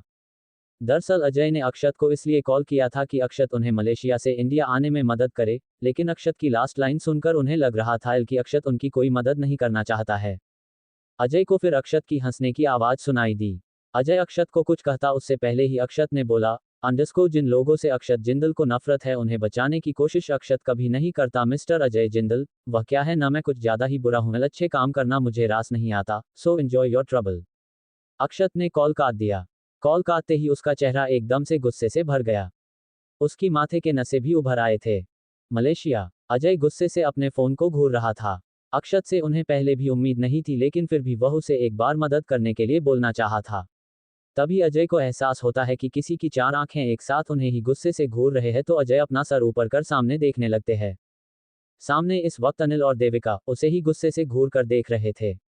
उन दोनों ने भी अक्षत की बातें सुन लिया था। अजय ने एक गहरी सांस लेकर उनसे कहता है, अंडरस्को आप दोनों को पहले से ही पता है कि मेरा बेटा कैसा है, तो आप लोगों का इस तरह मुझ पर गुस्सा करने का कोई मतलब नहीं। अनिल और देविका फिर एक दूसरे को देखने लगते हैं। तभी अजय ने उन दोनों से कहा, अंडरस्को भाई भाभी, इस तरह लड़ने से अच्छा है हम एक बार उन पांचों से बात करके देखें। अजय की बात देविका और अनिल को सही लगी तो वह हमें सर हिलाकर विला से बाहर चले जाते हैं। दूसरी तरफ जॉनी और उसका असिस्टेंट इस वक्त बट्टू गुफा के सामने खड़े थे, क्योंकि उन दोनों को इस वक्त उस अननोन नंबर का लोकेशन यही दिखाया था। जॉनी का चेहरा इस वक्त हद से ज्यादा गुस्से से भर गया था। वह इंसान इस वक्त वही खड़ा था जहां उसकी बर्बादी हुई थी। तभी उसका फोन फिर से बजा, तो जॉनी फोन को देखता है। इस वक्त उसे फिर से अननोन नंबर से कॉल आ रहा था। जॉनी कॉल पिक कर बिना कुछ कहे एक टक सामने जलकर राख हुई उस गुफा को देखने लगता है। वह जगह उसका ही था, लेकिन अब वहां कुछ नहीं बचा था, सब कुछ राख हो गया था। एल वही जॉनी के फोन पिक करने से उधर से एक आदमी ने बेहद कर्कश आवाज में कहा, अंडरस्को जैसे तुम्हारा वह गुफा जलकर राख हुआ है न, बिल्कुल उसी तरह तुम भी बर्बादी की आग में जलते हुए राख हो जाओगे जॉनी। जॉनी का हाथ फोन में कस गया। सालों से उसने अपने इस गुफा को संभालते हुए आया था, लेकिन सिर्फ 10 मिनट, सिर्फ और सिर्फ 10 मिनट में ही उसका वह गुफा पूरी तरह जलाकर राख किया गया था। जिंदल इंडस्ट्री। अक्षत अपना हेड चेयर पर बैठकर अपने हाथ में पकड़े हुए खांजर को बेहद खातिलान स्माइल करते हुए देख रहा था। वह खांजर इस वक्त खून से लथपथ था। वही उसके सामने इस वक्त विकास लूथरा बैठा था, जिसकी नज़र इस वक्त फर्श पर गिरे हुए एक आदमी की लाश पर टिका हुआ था। उस लाश को देख ऐसा लग रहा था कि उसका खून बड़े ही बेरहमी से किया गया हो। अक्षत फिर अपने नजरे विकास पर टिकाता है। अक्षत के चेहरे पर जो मुस्कान थी वह अब कहीं गायब सा हो गया था। वह बिल्कुल एक्सप्रेशनलेस था। उसके दिल में हजार राज थे, लेकिन वह इंसान अपने चेहरे पर कभी वह दिखने नहीं देता था। यही तो खासियत थी अक्षत जिंदल की। बड़ा ही बेदिल बेरहम था, जिसके सीने में दिल तो था लेकिन उसमें दया नाम की कोई चीज नहीं थी। उसका दिल सिर्फ और सिर्फ उस ऑफिसर के लिए धड़कता था, लेकिन यह आदमी उसे इसका एहसास भी होने नहीं देता था। विकास ने उस लाश को देखते हुए अक्षत से कहा, अंडरस्को तुमने बिना वजह ही इसे मार दिया। क्या जरूरत थी तुम्हें इसे इतना बेरहम मौत देने की? अक्षत विकास की बात सुनकर उस लाश को देखता है। फिर वह बेहद नफरत से बोला, अंडरस्को बिना वजह तो यह अक्षत जिंदल सांस भी नहीं लेता ससुर जी, और ये तो मेरी वाइल्ड कैट से मोहब्बत करने का गुनाह कर रहा था, तो इसे बेरहम मौत देना बेहद जरूरी था। वह लाश इस वक्त दीपक नाम के लड़के का था, जो तारा के साथ ही ऑफिसर बना था। ट्रेनिंग के दौरान उसने तारा को प्रपोज भी किया था। लेकिन तारा ने साफ साफ प्यार उसके प्रपोजल को एक्सेप्ट करने से मना किया था। अक्षत फिर अपने टेबल पर रखे हुए बेल को बजाता है तो अभिनव अंदर आता है। अक्षत ने उससे कहा, अंडस्को इस लाश को ठिकाने लगाओ। लाश को देखकर अभिनव की सांसें वही गले में अटक गए थे। अभिनव ने हकलाते हुए अक्षत से कहा, अंडस्को बॉस, लेकिन इस ऑफिसर के पास ही हमारे पुराने फैक्ट्री की पेपर्स थे। विकास को अब बात समझ में आ गया। तारा से मोहब्बत करने का गुनाह दीपक ने किया था, उसके लिए अक्षत ने उसे मौत का घाट उतार दिया, लेकिन इतना बेरहम मौत उसे उसकी करनी से मिली थी। अक्षत की रास्ते में आने से मिली थी। अक्षत ऐसा ही था, उसके रास्ते में कोई भी आए वह बड़े ही बेरहमी से उन्हें अपने रास्ते से हटा देता था। चाहे तारा ही क्यों न हो, उसने तारा को भी नहीं छोड़ा था। अक्षत उठकर उस लाश के पास जाकर अपने घुटनों के बल बैठकर दीपक के शर्ट से ही अपना खंजर साफ करते हुए अभिनव से कहा, अंडस्को उन पेपर्स के लिए ही तो इसने मेरे हाथों बेरहम बड़े ही बेदर्द मौत पाया है, जाओ इसको ठिकाने लगाओ। अक्षत लास्ट लाइन बोलते हुए उठकर वही बनाए हुए सीक्रेट रूम में चला जाता है। जिंदल निवास। तारा इस वक्त रूम में टहलते हुए कुछ सोच रही थी। उसके दिमाग में इस वक्त अभी भी आदि की बातें गूंज रही थी। तभी उसका रूम का डोर नॉक हुआ तो तारा जाकर डोर ओपन करती है। सामने इस वक्त चारू खड़ी थी। चारू को देख तारा साइड में हट जाती है तो चारू ने अंदर आकर उससे कहा, अंडस्को तुम ठीक हो ना तारा। तारा हल्के से स्माइल कर उनसे कहती है, अंडस्को मुझे क्या होगा माँ, अगर मैं खुद चाहूँ कि मेरे साथ कुछ हो जाए तो भी आपका बेटा मुझे कुछ नहीं होने देगा। चारू चुप हो जाती है। तारा की बात सही तो थी। चारू फिर रूम को देखती है। बेड का हालत ठीक नहीं थी। ये देख चारू को समझने में देर नहीं लगी कि तारा और अक्षत के बीच कल क्या हुआ था। वही चारू को अपना बेड देखता देख तारा को अनकंफर्टेबल फील हो रहा था। वह थोड़ा हकलाते हुए बेड ठीक करने जाने लगी तो चारू ने उसका हाथ पकड़कर जाने से रोककर कहा, अंडस्को अक्षत तुम्हें अपने साथ मलेशिया क्यों ले गया था। तारा चारू को ही सवालिया नजरों से देखने लगती है। अक्षत उसे अपने काम के लिए ही मलेशिया ले गया था। वही तारा को कुछ भी न बोलता देख चारू उससे फिर से सवाल करती है, अंडस्को कहीं अक्षत ने तुम्हें वह ज्यादा तंग तो नहीं किया। तारा उन्हें कुछ भी नहीं बताना चाहती थी, इसीलिए वह उनसे बचने का तरीका ढूंढने लगी थी कि तभी उसका फोन रिंग होने लगा। फोन रिंग होने से चारू और तारा का एक साथ नजर फोन पर जाता है, जो इस वक्त बेड पर पड़ा था। कॉल इस वक्त अक्षत का था। अक्षत का कॉल देखकर तारा का मुंह बन गया। वह अपने मन में अक्षत को कोसते हुए कहती है, अंडस्को ये क्यों कॉल कर रहे हैं, अभी तो गए थे ये से। तारा का इस तरह मुंह बनता देख चारू उससे कहती है, अंडस्को कोई नहीं बेटा, उसका कॉल मैं पिक करती हूँ। चारू इतना बोलकर कॉल उठाने जाने लगी तो तारा उन्हें रोकना चाहती, लेकिन उसे अक्षत से बिल्कुल बात नहीं करना था तो वह चुप हो गई। वही चारू उसका फोन लेकर पिक कर अक्षत पर तंज कसते हुए कहती है, अंडस्को कॉल क्यों कर रहे हो उसे, अभी अभी तो गए हो ऑफिस के लिए। चारू की बात सुनकर उधर से अक्षत तिरछी स्माइल करते हुए कहता है, अंडस्को हम अभी अभी तो आया हूँ, लेकिन अभी भी वही याद आ रही है माँ। वैसे मैं नोटिस कर रहा हूँ कि आप मेरे मामले में टिपिकल सांस बनने का रोल कर रही है। मैं याद दिला दूँ आपको, आप मेरी माँ है, मेरी सांस नहीं है। जॉनी को अननोन नंबर से कॉल किसका आ रहा है। देविका, अनिल और अजय अभी भी मलेशिया में क्यों फंसे हैं। आदि की बातों का क्या मतलब है, इस कहानी में हो क्या रहा। 27 तारा मेरी है और मेरा जो मन करेगा। जिंदल निवास तारा का रूम। चारू की बात सुनकर उधर से अक्षत तिरछी स्माइल करते हुए कहता है, अंडस्को हम अभी अभी तो आया हूँ, लेकिन अभी भी वही याद आ रही है माँ। वैसे मैं नोटिस कर रहा हूँ कि आप मेरे मामले में टिपिकल सांस बनने का रोल कर रही है। मैं याद दिला दूँ आपको, आप मेरी माँ है, मेरी सांस नहीं है। तारा इस वक्त चारू को देख रही थी जो अक्षत से फोन में बात कर रही थी। अक्षत की बात सुनकर चारू के चेहरे पर हल्के से स्माइल भी आ गई थी। चारू ने अपनी स्माइल को छुपाकर थोड़ा नाराजगी से अक्षत से कहा, अंडस्को सास का रोल प्ले करने पर तुमने ही मजबूत किया है अक्षु, तारा को इतना तंग जो करते हो तुम। जिंदल इंडस्ट्री अक्षत का सीक्रेट रूम। अक्षत इस वक्त बेड पर अपने कान के पास फोन पकड़कर लेटा हुआ था। अक्षत का चेहरा हमेशा के तरह इस वक्त भी एक्सप्रेशन लेस ही था। उधर से चारू की बात सुनकर अक्षत उनसे कहता है, अंडस्को माँ, तारा मेरी है और मेरा जो मन करेगा उसके साथ मैं वही करूंगा, आप बीच में मत आइएगा। अक्षत की बात सुनकर उधर चारू थोड़ी देर के लिए चुप हो गई। उन्हें पहले से ही पता था अक्षत को कुछ भी कहना बेकार है। चारू एक नज़र तारा को देखती है। तारा को अक्षत की बातें सुनाई नहीं दी थी, वह बस चारू को देख रही थी। चारू हल्के से स्माइल कर तारा के पास जाकर उसके गाल पर हाथ रख कर कहती है, अंडस्को तारा, तुम फ्रेश होकर नीचे जाओ, नाश्ता रेडी है। तारा बस हाँ में सर हिलाकर वॉशरूम में चली गई। वही अक्षत की आंखें एकदम से छोटी हो गई।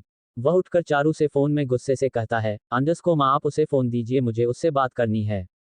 चारू ने थोड़ा सख्त आवाज में अक्षत से कहा, अंडस्को उसे मैंने नहाने भेज दिया, तुम फोन रखकर अपना काम करो। वही करने तो कॉल किया था। चारू की बात पूरा होते ही अक्षत उन्हें कहता है तो चारू को गुस्सा आ गया।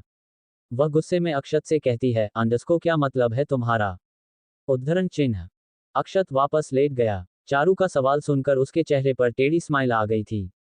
वह फिर बोला, अंडरस्को मेरे हर एक बात का मतलब बेमतलब होता है माँ, जो आपको बिल्कुल पसंद नहीं आएगा तो रहने देते हैं। चारू को इस वक्त अफसोस हो रहा था कि उसने आखिर अक्षत का कॉल उठाया क्यों। वह झट से कॉल काट कर फोन को बेड पर फेंकते हुए कहती है, अंडरस्को मैंने कैसे पागल बेटे को पैदा कर दिया, ना इसकी बातें समझ आती है और ना ही इसकी हरकतें। चारू एक नज़र वॉशरूम के तरफ देख रूम से बाहर चली जाती है। वही जिंदल इंडस्ट्री में चारू के इस तरह कॉल काटने से अक्षत फोन को ही देख रहा था। फिर वह तारा की तस्वीर देखने लगता है। बचपन से लेकर आज तक के सारे तस्वीर उसके फोन में थे। और अक्षत इस वक्त बेहद पागलों की तरह उन तस्वीरों को देखने लगा था। उसकी आंखें अचानक से छोटी हो गई। वह घूरकर तारा को फोन देखते हुए कहता है, मुझे फोटो देखने की क्या जरूरत है, मेरी बीवी मेरे पास ही तो है, जल्दी से काम कर, उसके पास जाता हूँ। अक्षत उठकर अपने केबिन में जाकर काम करने लगता है। मलेशिया। जॉनी इस वक्त उस बट्टू गुफा के सामने खड़े होकर एक अननोन नंबर से आए हुए कॉल से बात कर रहा था। या यूं कहे कि सिर्फ बातें सुन रहा था। जॉनी गुस्से से अपने दांत पीसते हुए कहता है, अंडरस्को कौन है तू? उधर से उस आदमी की फिर से हंसने की आवाज आने लगी। जॉनी का अब गुस्से का कोई सीमा ही नहीं रहा था। वह चिल्लाकर उससे कहता है, अंडरस्को कौन है तू? अगर हिम्मत है तो सामने आना। इस तरह छुपकर गेम क्यों खेल रहा है? उद्धरण चिन्ह। जॉनी की बातों से उस आदमी को कोई फर्क नहीं पड़ा। वह अपने कोल्ड वॉइस में बोला, अंडरस्को में कौन हूँ ये जानना तुम्हारे लिए फिलहाल जरूरी नहीं है जॉनी, लेकिन हाँ, खेल भले ही छुपकर खेला जा रहा है, लेकिन उस खेल का हिस्सा मैं बिल्कुल नहीं हूँ और मुझे इस बात का बहुत ही अफसोस है। उद्धरण चिन्ह। जॉनी की आईब्रोज सिकुड़ गई। जब यह आदमी उस खेल का हिस्सा नहीं है तो उसे फोन कर तंग क्यों कर रहा है? जॉनी खड़े खड़े ही पागल हो रहा था। तभी उधर से वह आदमी फिर बोला, अंडरस्को खेल की शुरुआत हो चुका है जॉनी, लेकिन जो खेल खेल रहा है वह इस वक्त बस मजे ले रहा है। पहले खिलाड़ी को ढूंढो फिर अपना दाव फेंकना, ठीक है? Goodbye my fool boy. उधर से उस आदमी ने कॉल काट दिया था। जॉनी को कुछ समझ नहीं रहा था। वह गुस्से से अपना फोन फेंककर जोर जोर से चिल्लाने लगता है। दूसरी तरफ एक बड़े से विला के बड़े से गेट के सामने एक ब्लैक कार आकर रुक गई। उसमें से अजय, अनिल और देविका बाहर आकर एकटक उस विला को देखने लगते हैं। वह विला उन पांचों बिजनेसमैन्स का था। जब भी वह लोग आपस में मिलना चाहते तो सब इसी विला में आ जाते थे। और इस वक्त देविका, अनिल और अजय उन पांचों से मिलने यहाँ आए थे। वह तीनों गेट के पास जा ही रहे थे कि तभी वह 5 कार एक साथ आकर रुक गए। वह पांचों कार अमीर, आशीष, फारूक, फैज और अब्दुल के थे। वह पांचों जॉनी से मिलने उसके विला गए हुए थे, लेकिन वह आदमी उन्हें पूरी तरह इग्नोर करके अपने असिस्टेंट के साथ उस गुफा के तरफ निकल गया था। तो इस वजह से इन लोगों को वापस लौटना पड़ा था। वह पांचों कार से बाहर आए। बाहर आते ही उनकी नज़र देविका, अनिल और अजय पर गई। वह तीनों भी उन्हें ही देख रहे थे। देविका को उन पांचों को देख गुस्सा आ रहा था। वह गुस्से से ही उनकी तरफ बढ़ने लगी तो अनिल उसे रोकते हुए कहता है, अंडरस्को देवी, इतने गुस्से में बात करने जाओगी तो बात बनने से ज्यादा बिगड़ सकता है, प्लीज शांत हो जाओ। हाँ भाभी, आप शांत हो जाए, हम जितने दिन यहाँ रहेंगे उतना हमें ही लॉस है। अजय भी अनिल की बातों में हामी भरते हुए देविका से कहता है तो देविका शांत हो जाती है। उन दोनों की बात बिल्कुल सही था। जितना वह मलेशिया में रहते उतना उनके लिए अच्छा नहीं था, क्योंकि इंडिया में इस वक्त अक्षत था। वह पागल इंसान उनके साथ कौन सा नया गेम स्टार्ट करता उन्हें पता भी नहीं चलता। देविका, अनिल और अजय उन पांचों के पास जाते हैं तो उनमें से आशीष ने आगे आकर उनसे कहा, अंडरस्को यहाँ आने का कोई खास वजह है? अंदर चलकर बात करते हैं। अनिल उससे कहता है तो आशीष अपना सर हिलाकर अपने चारों साथियों को देखता है। फिर सब अंदर विला में बात करने चले जाते हैं। इंडिया में शाम का वक्त। तारा इस वक्त हॉल में रखे हुए सोफे पर बैठी हुई थी। उसके दिमाग में अभी भी आदि के बात ही चल रहे थे। वह कुछ सोचते हुए आदि को एक मैसेज करती है कि वह उसे शाम को कैफे में मिलना चाहती है। आरुषि कॉलेज गई हुई थी और चारू अपने रूम में थी। तभी प्रीति रूम से बाहर आती है तो उसकी नज़र तारा पर जाती है, जो किसी सोच में घूम थी। प्रीति तारा को बेहद नफरत से देखने लगती है। उसकी वजह से ही देविका ने उस दिन उसे इतने थप्पड़ मारे थे, या यूं कहे कि अक्षत ने उन्हें मारने के लिए मजबूर किया था। प्रीति अपने दांत पीसते हुए अपने गाल पर हाथ रखकर धीरे से कहती है, अंडरस्को तुम्हारी वजह से ही मुझे उस दिन मेरी मॉम से इतने सारे थप्पड़ खाने पड़े थे, उसका बदला तो मुझे तुमसे लेना ही है तारा। प्रीति नफरत से तारा को ही देख रही थी। वहीं तारा के मोबाइल में एक नोटिफिकेशन आता है तो तारा अपना फोन चेक करती है। नोटिफिकेशन आदि के नंबर से आया था। तारा ने जो मैसेज किया था बस आदि ने उसके रिप्लाई में एक कैफे का एड्रेस लिखा था, जहां तारा उससे मिलने जा सकती थी। तारा फिर उठकर अपने रूम में चली गई। वही प्रीति तारा को बस जाते हुए देख रही थी। उसके दिमाग में इस वक्त कुछ खुराफात तो चल रहा था। तारा का रूम। तारा इस वक्त क्लोजेट रूम में खड़ी थी। वह थोड़ी देर में रेडी होकर बाहर आई। तारा फिर ड्रेसिंग टेबल के सामने खड़ी होकर खुद को देखती है। फिर तारा अपना फोन लेकर बाहर जाने लगी तो उसे सामने अक्षत अंदर रूम में आते हुए नजर आया तो तारा अपने जगह में ही जम गई। तारा फिर टाइम को देखती है। अभी तो बस शाम के 6 ही बजे थे। तारा फिर अपने मन में बोली, अंडस्को यह अक्षत इतनी जल्दी क्यों आया? अब मैं बाहर कैसे जाऊं? वहीं अक्षत अपने फोन में कुछ करते हुए आ रहा था कि तभी उसे एहसास होता है कि किसी की 2 आंखें उसे ही देख रहे हैं तो वह अपना सर ऊपर कर सामने देखता है। सामने इस वक्त उसकी बीवी जो थोड़ा डरी हुई सहमी हुई सी लग रही थी। अक्षत उसे ऊपर से नीचे तक देखता है। तारा इस वक्त एक फॉर्मल साड़ी पहनी हुई थी। ऐसे साड़ियां वह अपने काम के वक्त या किसी ऑफिसर से काम के सिलसिले मिलने जाते वक्त ही पहना करती थी। अक्षत का एक आईब्रो उठ गया। वह अपना फोन पॉकेट में रख कर तारा के तरफ अपने कदम बढ़ा देता है। वहीं अक्षत को इस तरह अपने तरफ आता देख तारा की सांसें अटक जाती है। तारा अपने मन में बोली, अंडस्को ओ गॉड, यह मेरा कैसा पति है, इसे देखकर मेरी सांसें अटक जाती है, कुछ भी हो जाए इसे मैं बताऊंगी नहीं कि मैं कहाँ जा रही हूँ। अक्षत तारा के बेहद करीब जाकर उसके दोनों हाथ पकड़कर हल्के से दबाकर उससे कहता है, अंडस्को कहाँ जा रही हो वाइल्ड कैट? उद्धरण चिन्ह। अक्षत की आवाज बेहद सख्त थी लेकिन उसने बहुत ही धीरे से पूछा था। तारा अपने हाथ को देखती है जो अब अक्षत के हाथ में आ गए थे। तारा फिर अक्षत को देखती है जिसके चेहरे पर कोई भाव नहीं था लेकिन उसकी बेजान सी आंखें हल्के से लाल नजर आ रही थी। तारा को कुछ भी ना बोलता देख अक्षत उसके और करीब बढ़ने लगा तो तारा अपने कदम पीछे लेने लगती है। तभी अक्षत फिर से सवाल करता है, अंडस्को मैंने कुछ पूछा है तुमसे wild cat? Answer me L. Tara हकलाते हुए उससे कहती है, अंडस्को अक्षत वो मैं पापा से मिलने जा रही हूँ। अक्षत उसे ही देखने लगा। उसकी चेहरे पर अब भी वही भाव था। वही उसे कुछ भी रिएक्ट न करता देख तारा उससे फिर से कहती है, अंडस्को अक्षत वो बाबा से मुझे कुछ बात करनी है तो। अक्षत उससे नजरें हटाकर उसके हाथ देखने लगता है जो हल्के से शिवा कर रहे थे। वहीं तारा को अक्षत को कुछ भी बताना मुश्किल हो रहा था। उसके सामने जो खड़ा था वह भले ही उसका पति था लेकिन बेहद सनकी था। उसे हैंडल करना मुमकिन ही नहीं नामुमकिन था। तभी अक्षत बोला, अंडस्को कहाँ जा रही हो वाइल्ड कैट? तारा उसे ही डरते हुए देखने लगी। उसने बताया तो था कि वह विकास से मिलने जा रही है लेकिन फिर भी अक्षत वही सवाल कर रहा है। वही अक्षत उसके दोनों हाथ अपने हाथ में पकड़कर हल्के से दबाकर उससे बेहद कोल्ड वॉइस में मगर धीरे से कहता है, अंडस्को बताओ वाइल्ड वाइफी कहाँ जा रही हो? अक्षत की मुंह से वही सवाल फिर से सुनकर तारा का हालत खराब हो रहा था। अक्षत का सवाल इस वक्त एक ही था लेकिन उसका पूछने का टोन हर बीतते वक्त के साथ बदलते जा रहा था। तारा की माथे पर हल्का सा पसीना आने लगा। उसने ठान लिया था कि वह अक्षत को कुछ भी बताकर आदि से मिलने नहीं जाएगी लेकिन वह झूठ भी तो नहीं बोल पा रही थी। अक्षत को बेवकूफ बनाना इतना आसान होता तो वह लड़की आज अक्षत की बीवी ही नहीं बनती। वह इंसान जितना पागल था उतना ही शातिर था। तारा उसके हाथ से अपने हाथ छुड़वाते हुए कहती है, अंडस्को अक्षत मैंने बताया ना मैं बाबा से मिलने जा रही हूँ। अक्षत उसके आंखों में ही देख रहा था। तारा के दोनों हाथ अभी भी उसके हाथ में ही फंसे हुए थे। तारा उससे अपने हाथ छुड़वाने की कोशिश तो कर रही थी लेकिन उससे छूट पाना आसान भी नहीं था। अक्षत तारा को वही रखे हुए सोफे पर बैठाकर उसके सामने अपने घुटनों की बल बैठकर उससे फिर से लेकिन बेहद कोल्ड वॉइस में कहता है, अंडस्को मैंने पूछा कि तुम इस वक्त कहाँ जा रही हो वाइल्ड कैट? तारा की पसीना छूटने लग गई। वह अक्षत को ही देख रही थी। उसकी आंखें या फिर उसकी बेजान सी आंखों में कोई भाव नहीं था लेकिन अक्षत की पकड़ अब तारा की हाथ में मजबूत हो रहा था। तारा अक्षत से अपना हाथ छुड़वाने की नाकाम कोशिश करते हुए कहती है, अंडस्को अक्षत मैंने कहा ना मैं पापा से मिलने जा रही हूँ, मुझे वंश से भी बात करनी है इसीलिए मुझे जाना है। अक्षत का चेहरा धीरे धीरे सख्त होते जा रहा था। अब क्या होगा इस कहानी में? अक्षत को कैसे मना कर तारा आदि से मिलने जाएगी? 28 अक्षत ने की तारा की हालात खराब। जिंदल मैंशन तारा का रूम। तारा इस वक्त अपने सामने बैठे हुए अपने सन की पति को डरते हुए देख रही थी।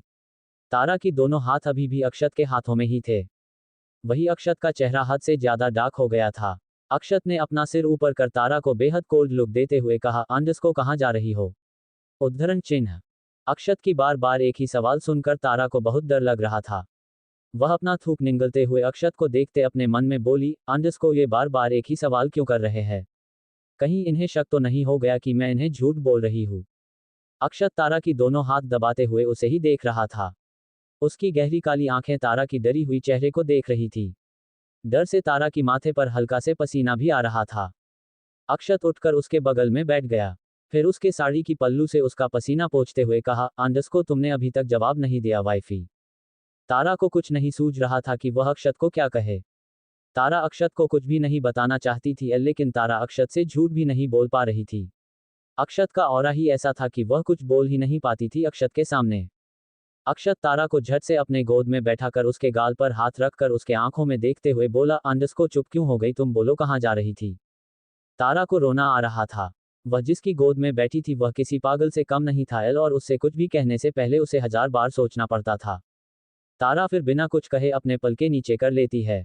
तारा अब मन ही मन अक्षत को कोसते हुए घर से बाहर जाने की बहाने ढूंढने लगी।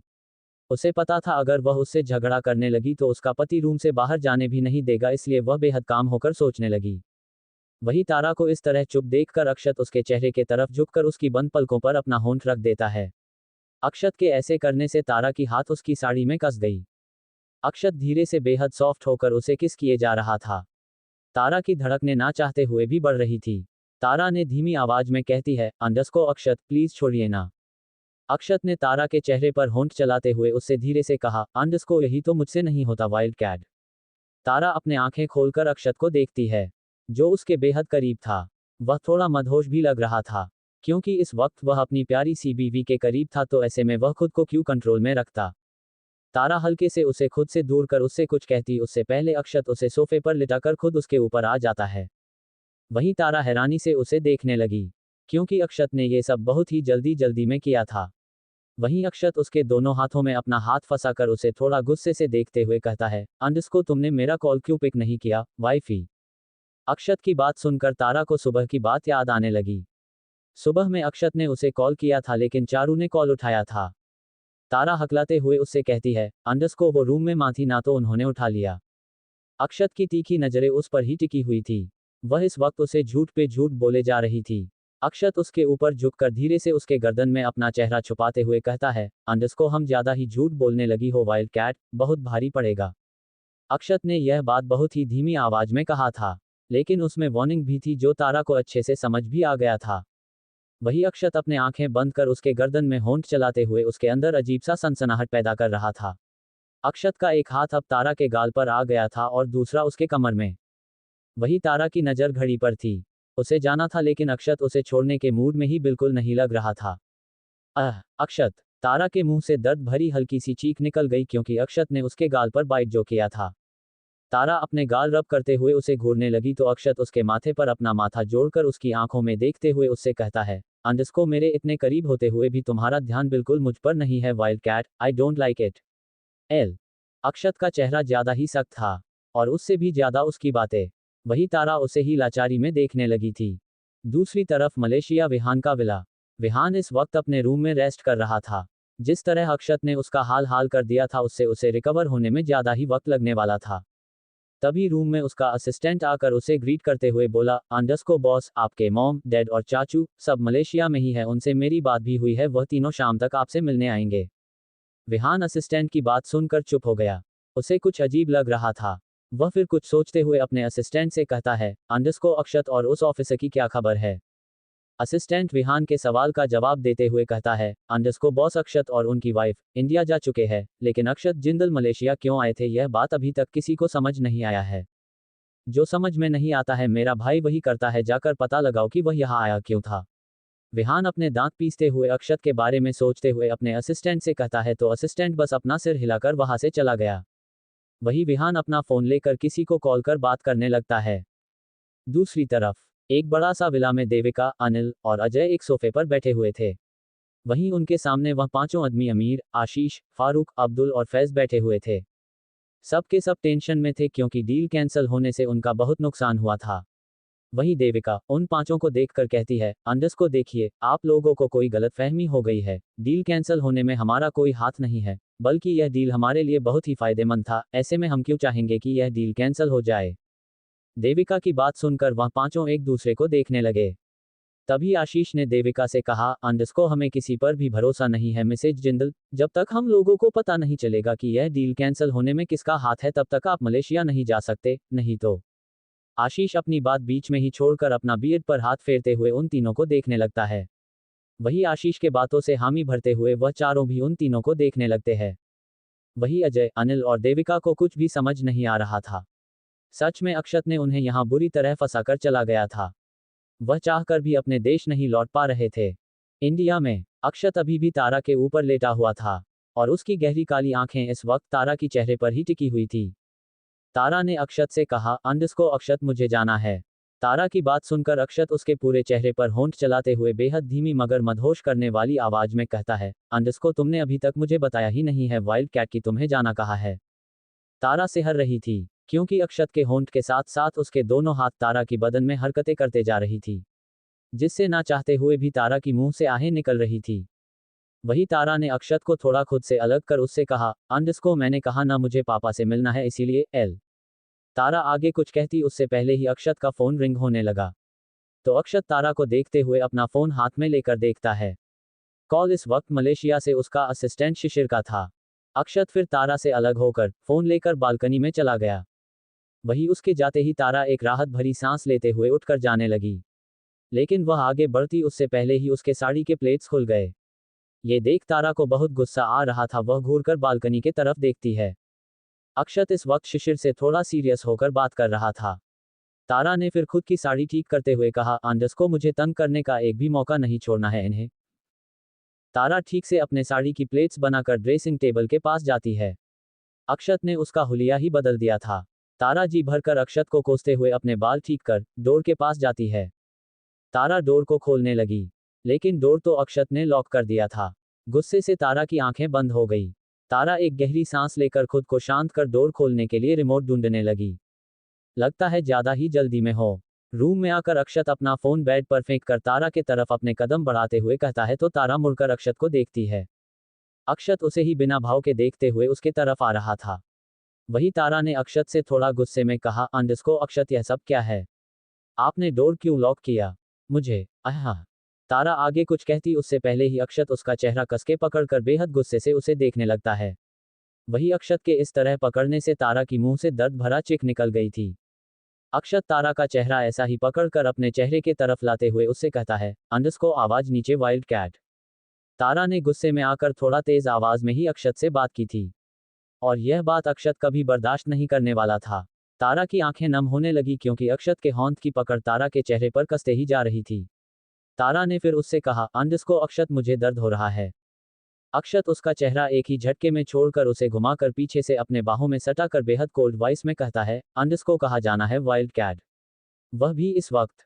अक्षत का पकड़ बेहद मजबूत था, जिससे तारा को हद से ज्यादा तकलीफ हो रही थी। वह उसके बाहों में से छुटने छटपटाते हुए कहती है, अंडस्को, आप मेरे साथ ऐसा क्यों बिहेव कर रहे हैं अक्षत? क्या अब मैं घर से निकल भी नहीं सकती? अक्षत की चेहरे पर टेढ़ी स्माइल आ गई। उसकी ऑफिसर बीवी उससे सवाल का मोड़ बदल रही थी। अक्षत उसे अपने तरफ उसे देखने लगता है। तारा की आंखें नम थी।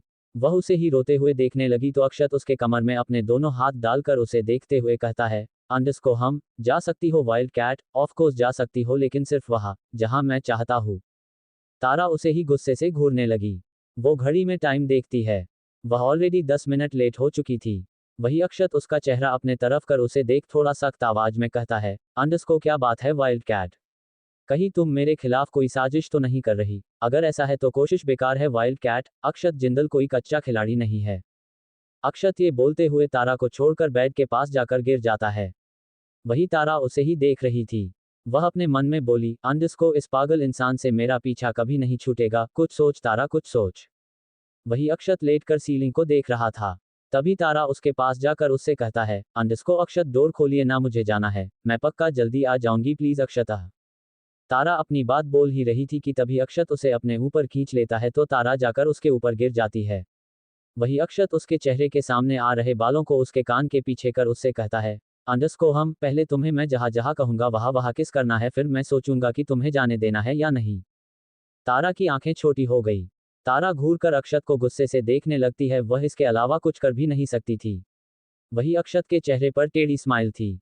उसका एक हाथ तारा के कमर पर था तो दूसरा उसके गाल पर, जो अब सरकते हुए उसके होंठों के पास आ रहा था। आप इतने बुरे क्यों हैं अक्षत?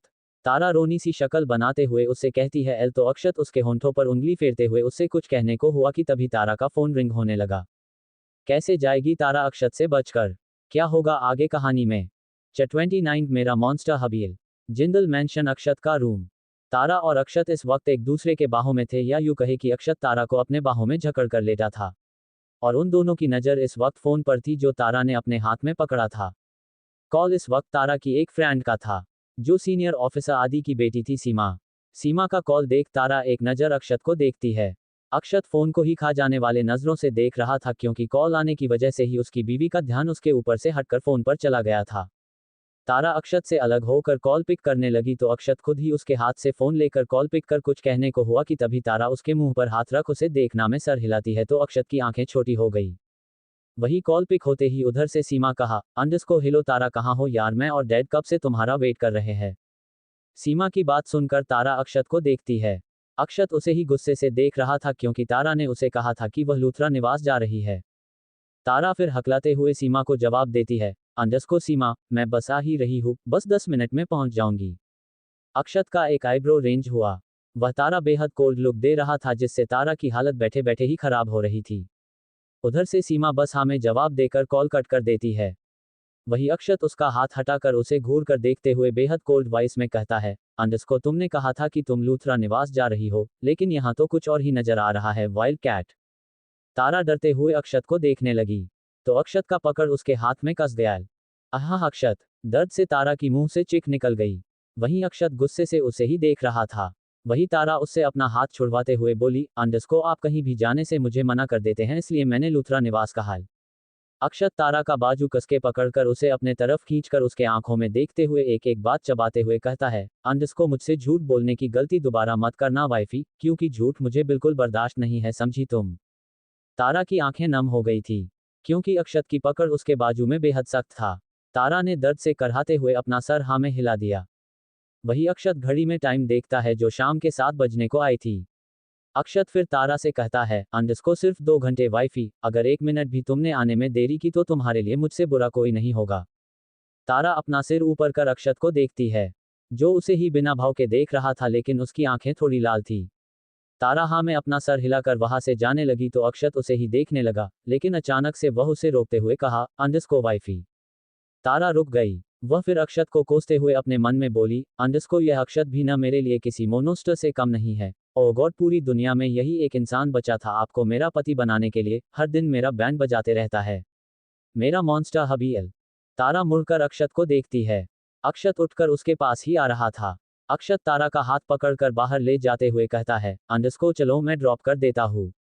नहीं नहीं अक्षत, मैं खुद चली जाऊंगी। अक्षत को अपने साथ आता देख तारा अपना हाथ पीछे लेकर उसे मना करते हुए कहती है तो अक्षत अपना एक आईब्रो रेंज कर उसे ही देखने लगा। वहीं तारा उसे फिर से कुछ कहने को हुई कि तभी अक्षत अपने जेब में दोनों हाथ डालकर तारा के बेहद करीब आकर उसके कान में धीरे से कहता है, अंडस्को जाना है या नहीं, अगर नहीं जाना है तो बता दो क्योंकि मैं बहुत मूड में हूँ वाइफी। तारा का मुंह खुला का खुला रह गया। वह हैरानी से अक्षत को देखने लगी तो अक्षत उसके गाल पर किस करते हुए कहता है, अंडस्को क्या डिसाइड किया वाइफी।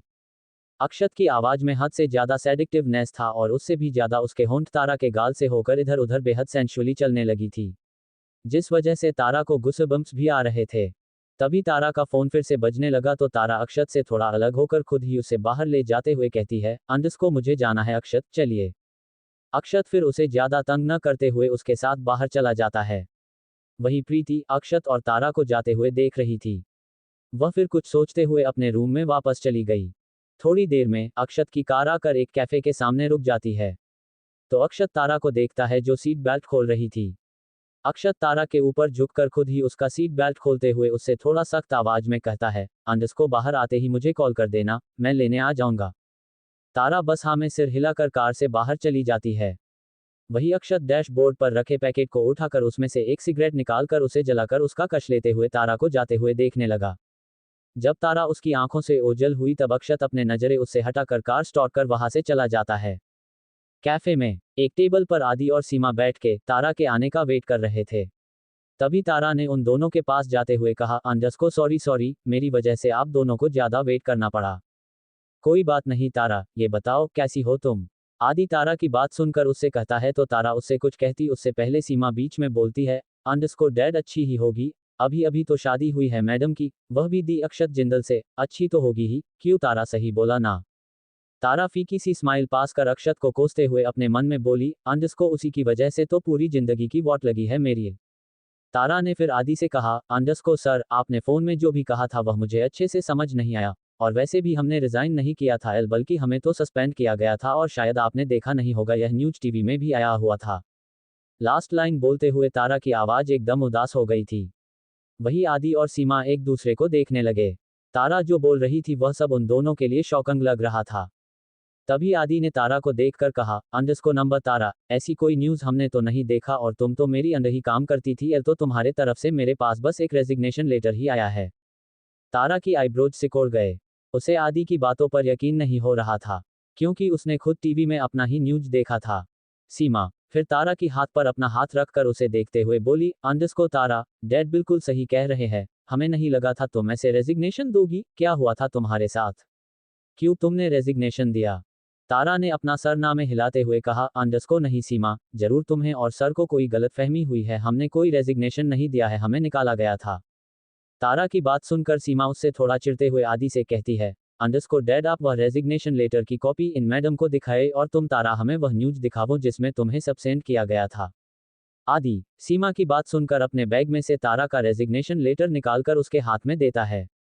तो तारा वह लेटर पढ़ने लगती है। उसमें तारा का सिग्नेचर भी था। तारा फिर वह दिन याद करने लगती है। तारा उस दिन इतना रो रही थी, इतना टूट गई थी कि बिना पढ़े ही पेपर्स लेकर वह बाहर चली आई थी। उसके बाद उसने ना वह पेपर्स पढ़ा था और ना ही उसने उन पर साइन किया था। फिर रेजिग्नेशन लेटर पर साइन कैसे आ गया? आदि और सीमा उसे ही देख रहे थे। तारा खुद हैरान थी। वही सीमा उससे फिर कहती है, अंडस्को तुम किस न्यूज की बात कर रही हो, जरा वह न्यूज दिखाओ हमें।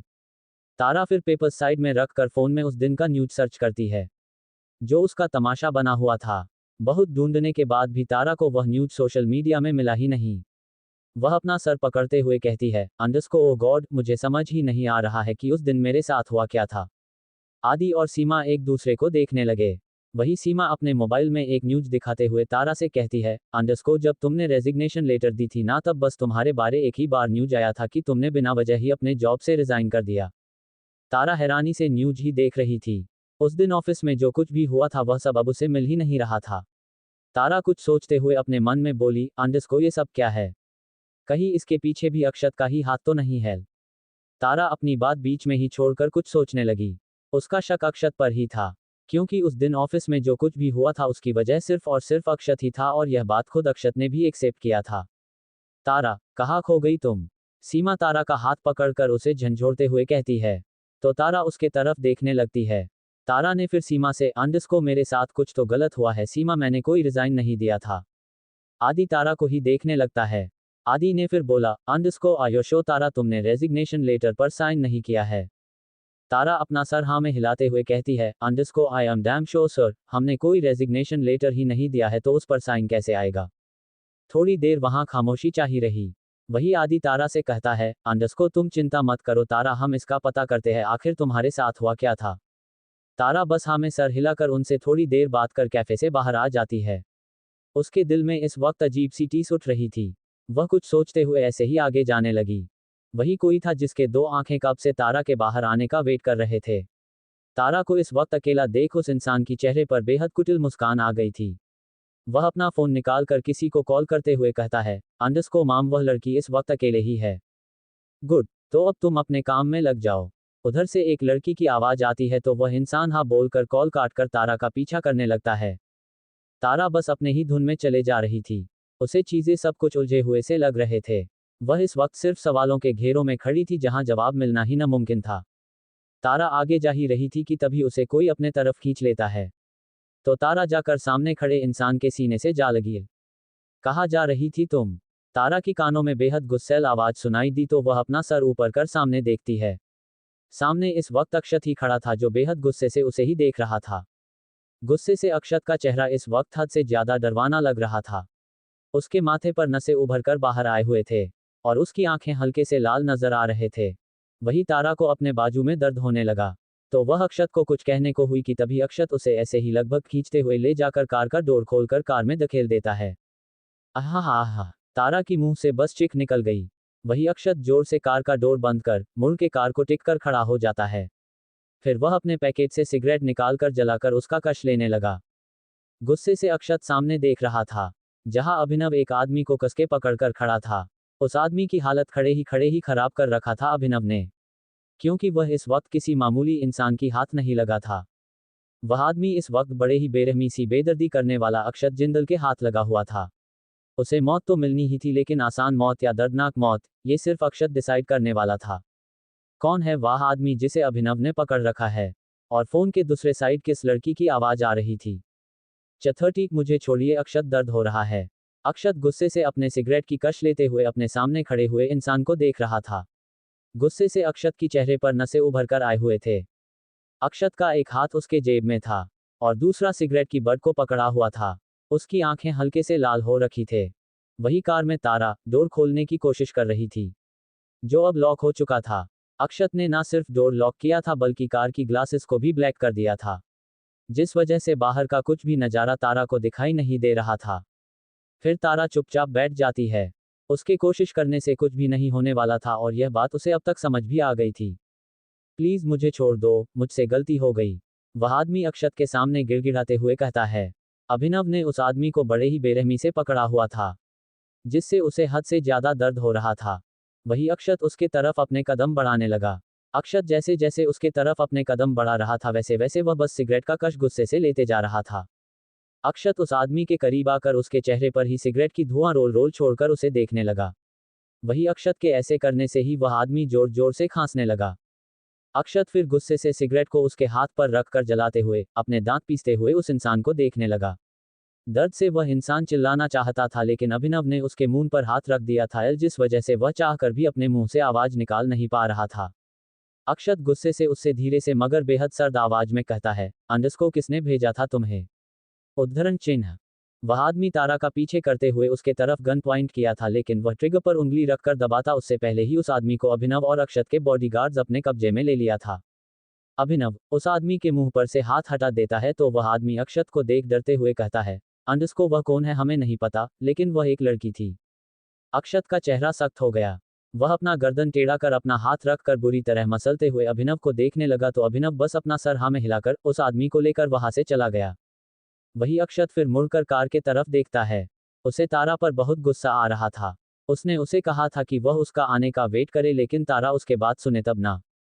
अक्षत गुस्से से कार का डोर ओपन कर तारा को देखता है। तारा चुपचाप बैठी हुई थी। डोर ओपन होने से वह अपना सर ऊपर कर अक्षत को देखती है, जो उसे ही बेहद गुस्से से देख रहा था। तारा की आंखें नम थे। वह उसे कुछ कहने को हुई उससे पहले ही अक्षत अंदर आकर उसके बाजू कसके पकड़कर अपने दांत पीसते हुए उससे कहता है, अंडरस्को कॉल करने के लिए कहा था ना, फिर तुम ऐसे कहा जा रही थी वाइल्ड कैट। उद्धरण चिन्ह। तारा रोते हुए उसे ही देखने लगी। वही उसे कुछ भी ना बोलता देख अक्षत उसके चेहरे के बेहद करीब झुककर उसके आंखों में देखते हुए फिर से कहता है, अंडरस्को आंसर में वाइल्ड कैट, अदरवाइज। उद्धरण चिन्ह। तारा रोते हुए उसके सामने आदि का दिया हुआ रेजिग्नेशन लेटर दिखाते हुए कहती है, अंडरस्को ये सब क्या है अक्षत, उस दिन आखिर मेरे साथ हुआ क्या था? उद्धरण चिन्ह। तारा की बात सुनकर अक्षत की नजर उस लेटर पर जाती है। लेटर देखकर अक्षत को कोई हैरानी नहीं हुई। वह तारा को और अपने करीब कर उसके आंखों में देखते हुए थोड़ा सख्ती से कहता है, अंडरस्को सवाल पे सवाल नहीं जवाब दो वाइल्ड कैट। उद्धरण चिन्ह। अक्षत को अभी भी कुछ भी रिएक्ट न करता देख तारा को गुस्सा आ रहा था। वह गुस्से से उसका कालर कसके पकड़कर रोते हुए उससे कहती है, अंडरस्को आपको मेरी दर्द दिखाई नहीं देता है क्या? ओह मैं तो भूल ही गई थी, आप ही तो मेरी सारी दर्द की वजह बने हो। उद्धरण चिन्ह डॉट। तारा लास्ट लाइन बोलते हुए अक्षत का कालर छोड़ देती है। वही अक्षत को उस पर गुस्सा आ रहा था। वह उसका बाजू छोड़कर उसे सीट पर लिटाकर खुद ऊपर आकर उसका चेहरा कसके पकड़कर दबाते हुए बेहद सख्त मगर धीरे से कहता है, अंडरस्को तुम्हारी हिम्मत तो ज्यादा ही बढ़ गई है वाइल्ड कैट, इसीलिए तुम बार बार मुझे गुस्सा दिलाने की काम करती हो। पूर्णविराम उद्धरण चिन्ह। तारा बस अपने नम आंखों से अक्षत को देख रही थी। उससे छुटने के लिए वह कोशिश भी नहीं कर रही थी। वही अक्षत उसे ऐसा देख उसका चेहरा झटक कर उसके ऊपर से उठकर बैठ जाता है। वही तारा भी उठकर अपने कपड़े ठीक करते हुए उससे कहती है, अंडरस्को क्या हुआ अक्षत, आपने तो मुझे जल्दी ही छोड़ दिया, और दर्द नहीं देना आपको? उद्धरण चिन्ह। तारा उसे रोते हुए ही ताना मार रही थी। वही अक्षत अपना सर सीट को लगाकर अपने आंखें बंद करते हुए बेहद कोल्ड वॉइस में कहता है, अंडरस्को मैं तुम्हें किस हद तक दर्द दे सकता हूँ ये तुम्हें उस कागज की टुकड़े देखकर समझ जाना चाहिए था वाइल्ड कैट। उद्धरण चिन्ह। तारा की आईब्रोज आपस में जुड़ गए। वह फिर अपने हाथ में पकड़े हुए रेजिग्नेशन लेटर को देखते हुए अक्षत को कुछ कहने को हुई कि तभी उनका कार रुक गया। वही अक्षत कार का डोर ओपन कर बिना तारा को देखे ही अंदर चला जाता है। वही तारा के दिमाग में अक्षत की कही हुई बातें गूंजने लगती है। अक्षत का कहने का क्या मतलब है? क्या ये सब अक्षत ने किया? लेकिन क्यों? तारा के दिमाग में सवाल बहुत थे लेकिन जवाब सिर्फ अक्षत के पास थे, लेकिन उससे कुछ भी उम्मीद रखना ही बेकार था। वही अक्षत अपने रूम में जाने लगा तो उसकी नज़र सोफे पर बैठी हुई प्रीति पर जाती है। प्रीति इस वक्त फोन में कुछ स्क्रॉल कर रही थी। उसके चेहरे पर हल्के हल्के डर का भाव साफ नजर आ रहा था। उसे देख ऐसा लग रहा था कि वह सिर्फ दिखाने के लिए ही मोबाइल यूज कर रही थी और उसका ध्यान कहीं और है। अक्षत फिर अपने रूम के तरफ चला गया। उसके जाते ही प्रीति राहत भरी सांस लेते हुए सामने देखती है। सामने से तारा अंदर आ रही थी। उसे ठीक देखकर प्रीति अपने मन में बोली, अंडरस्को ये तो बिल्कुल ठीक है, मतलब काम हुआ नहीं है। चलो अच्छा है, मैं अभी उस आदमी को कॉल कर बता दूंगी कि वह ये काम ना करें। अगर भाई को पता चला तो पता नहीं वह मेरे साथ क्या करेगा। मम्मा और डैड भी यहाँ नहीं है, उनके आने तक चुप ही रहूंगी। उद्धरण चिन्ह। प्रीति ने ही उस आदमी को तारा को मारने के लिए भेजा था, लेकिन उसे अभी तक अंदाज भी नहीं हुआ था कि उस आदमी के साथ इस वक्त क्या हो रहा है। वह खुद कुछ भी करने से डर रही थी। प्रीति फिर उठकर उस आदमी को कॉल करते हुए अपने रूम में चली गई। वही तारा अपने रूम में जा ही रही थी कि तभी आरुषि उसके पास आते हुए कहती है, अंडस्को भाभी, मम्मा ने खाना बना कर रखा है, आप और भाई खा लेना। तारा बस हाँ में सर हिलाकर रूम में जाने लगी। वही आरुषि तारा को देख अपने मन में कुछ सोचते हुए कहती है, अंडस्को भाभी जरूर रोई होगी, इसीलिए इनका चेहरा इतना लाल हुआ है। भाई भी ना हमेशा भाभी को तंग करते रहते हैं। आरुषि फिर अपने रूम में चली गई। वही तारा रूम में जाकर अक्षत को देखती है, जो क्लोजेट रूम से बाहर आ रहा था। अक्षत ने इस वक्त ब्लैक टी शर्ट और लोअर पहना हुआ था। आमतौर पर अक्षत के सारे कपड़े ब्लैक ही होते थे, जिसमें उसका लुक ज्यादा ही एरोगेंट दिखाता था। तारा फिर अपने नजरें हटाकर ड्रेसिंग टेबल के पास जाने लगी तो अक्षत उसके हाथ में पकड़े हुए उस लेटर को छीनकर वही टेबल पर फेंककर उसे लेकर रूम से बाहर जाने लगा। वही तारा अपना हाथ छुड़वाते हुए उससे कहती है, अंडस्को अक्षत, आप कहाँ ले जा रहे? मुझे छोड़िए, मुझे दर्द हो रहा है। उद्धरण चिन्ह। अक्षत अपने जगह में ही रुक गया। फिर वह मुड़कर तारा को देखता है। रोने की वजह से तारा का चेहरा ज्यादा ही लाल हो गया था। अक्षत फिर तारा के करीब आकर उसके गाल से अपना गाल रब करते हुए बेहद धीमी आवाज में कहता है, अंडस्को हम मन करा रहा है आज तुम्हारा ही खून कर दूं वाइल्ड कैट, इसीलिए ले जा रहा हूं, चलो। उद्धरण चिन्ह। तारा उससे अलग होकर उसे ही देखने लगी। अक्षत के चेहरे पर कोई भाव नहीं था। वहीं अक्षत तारा को ऐसे देख रहा था जैसे उसने कुछ भी गलत नहीं कहा हो। वही तारा रोते हुए उससे कहती है, अंडस्को हाँ अब यही एक बाकी रह गया है, अक्षत मार ही दो मुझे। तारा की आंखों से आंसू उसके गाल से होकर नीचे गिर रहे थे। अक्षत एक गहरी सांस लेकर उसके आंसू पोंछकर उसे बाहर ले जाते हुए कहता है, अंडस्को डाइनिंग एरिया में ले जा रहा हूँ वाइफी, भूख लगी होगी ना, चलो। उद्धरण चिन्ह। तारा उसकी बात सुनकर उसे फिर से रोकने लगी तो अक्षत अपने आंखें दिखाकर उसे चुप करा देता है। मलेशिया जॉनी का विला। जॉनी इस वक्त हॉल में बैठकर एक के बाद एक ड्रिंक कर रहा था। अब तक 20 से भी ज्यादा बॉटल नीचे गिर चुके थे। गुस्से से उसका चेहरा लाल हो गया था। तभी जॉनी का असिस्टेंट आकर जॉनी से कहता है, अंडस्को बॉस, आपके सारे दुश्मनों के लिस्ट बनाया है और उनका शेड्यूल भी चेक किया है। उनमें से बस 2 का ही लोकेशन मलेशिया में है, बाकी सब आउट ऑफ टाउन है। उद्धरण चिन्ह। जॉनी ड्रिंक करते हुए ही असिस्टेंट की बात सुन रहा था। वह फिर बोला, अंडस्को उन दोनों का नाम। उद्धरण चिन्ह। जॉनी की बात सुनकर उसका असिस्टेंट उसके सामने एक फाइल बढ़ाते हुए कहता है, अशरत मलिक और। उद्धरण चिन्ह। हम अशरत मलिक, इसमें इतना हिम्मत नहीं रे। जॉनी उसके दिए हुए फाइल को वही टेबल पर फेंकते हुए उससे कहता है तो असिस्टेंट हमें सर हिलाकर चुप हो गया, क्योंकि अशरत मलिक बस लोकल गुंडा था। जॉनी से मुकाबला वह कर भी नहीं सकता था। वही जॉनी ड्रिंक का ग्लास अपने मुंह पर लगाते हुए असिस्टेंट से बोला, अंडस्को दूसरा। उद्धरण चिन्ह। अक्षत जिंदल। असिस्टेंट जॉनी के हाथ में फिर से एक फाइल देते हुए कहता है। वही जॉनी की आंखें अक्षत की नाम सुनते ही बड़ी हो गई थी। उसके दिमाग में अक्षत आया ही नहीं था। वह उसके हाथ से फाइल लेकर देखने लगा। इंडिया में जिंदल निवास, डाइनिंग एरिया। अक्षत इस वक्त तारा को गुस्से से घूर कर देख रहा था, क्योंकि तारा कुछ भी खा नहीं रही थी। उसने अभी तक प्लेट को टच तक नहीं किया था। अक्षत थोड़ा गुस्से से अपने दांत पीसते हुए कहता है, अंडस्को तुम खा क्यों नहीं रही हो वाइल्ड कैट। उद्धरण चिन्ह। मुझे भूख नहीं अक्षत। तारा बिना अक्षत को देखे उठकर वहां से जाने लगी तो अक्षत उसके हाथ पकड़कर अपने तरफ खींच लेता है तो तारा जाकर उसके ऊपर ही गिर जाती है। तारा गुस्से से अक्षत को देखती है। अक्षत भी उसे गुस्से से ही देख रहा था। वह फिर तारा को अच्छे से अपने गोद में बैठाकर उसे खुद ही खिलाने लगा तो तारा उससे मुंह फेर लेती है। अक्षत का चेहरा गुस्से से भर गया था। वह स्पून को लगभग टेबल पर पटक कर तारा का चेहरा अपने तरफ घुमाकर बेहद सख्त आवाज में कहता है, अंडरस्को क्यों कर रही हो ऐसा, वाइल्ड कैट क्या चाहिए तुम्हें? जवाब, तारा अक्षत का सवाल का जवाब देते हुए कहती है तो अक्षत उसे ही देखने लगता है। वही तारा अक्षत से फिर से कहती है, अंडरस्को मुझे जवाब चाहिए अक्षत, उस दिन मेरे साथ क्या हुआ था? मुझे उस दिन सस्पेंड नहीं किया गया था बल्कि मैंने ही रिजाइन किया था, लेकिन कैसे? मैंने तो कोई रिजाइन लेटर पर साइन नहीं किया था। और वह न्यूज जो मैंने देखा था, मैंने ही नहीं सारे घर वाले भी देख चुके थे, वह अब सोशल मीडिया पर क्यों नहीं है? क्या वह न्यूज फेक था ना? उद्धरण चिन्ह। अक्षत तारा को ही देख रहा था। वह फिर उसे बिना कुछ कहे अपना खाना खाने लगा। तारा का चेहरा फिर से पीला पड़ गया। अक्षत से कुछ भी कहना बेकार ही था। वह आदमी उसे समझ भी नहीं आता था, सब कुछ वही करता था लेकिन बताना भी जरूरी नहीं समझता था। क्या अक्षत तारा के सवालों का जवाब देगा? और अब अक्षत क्या करेगा प्रीति के साथ? आगे जानने के लिए सुनना न भूलें अगला एपिसोड सिर्फ और सिर्फ हैक नॉवल वर्ल्ड पर। अगर आप चैनल पर पहली बार आए हैं तो सब्सक्राइब कीजिए।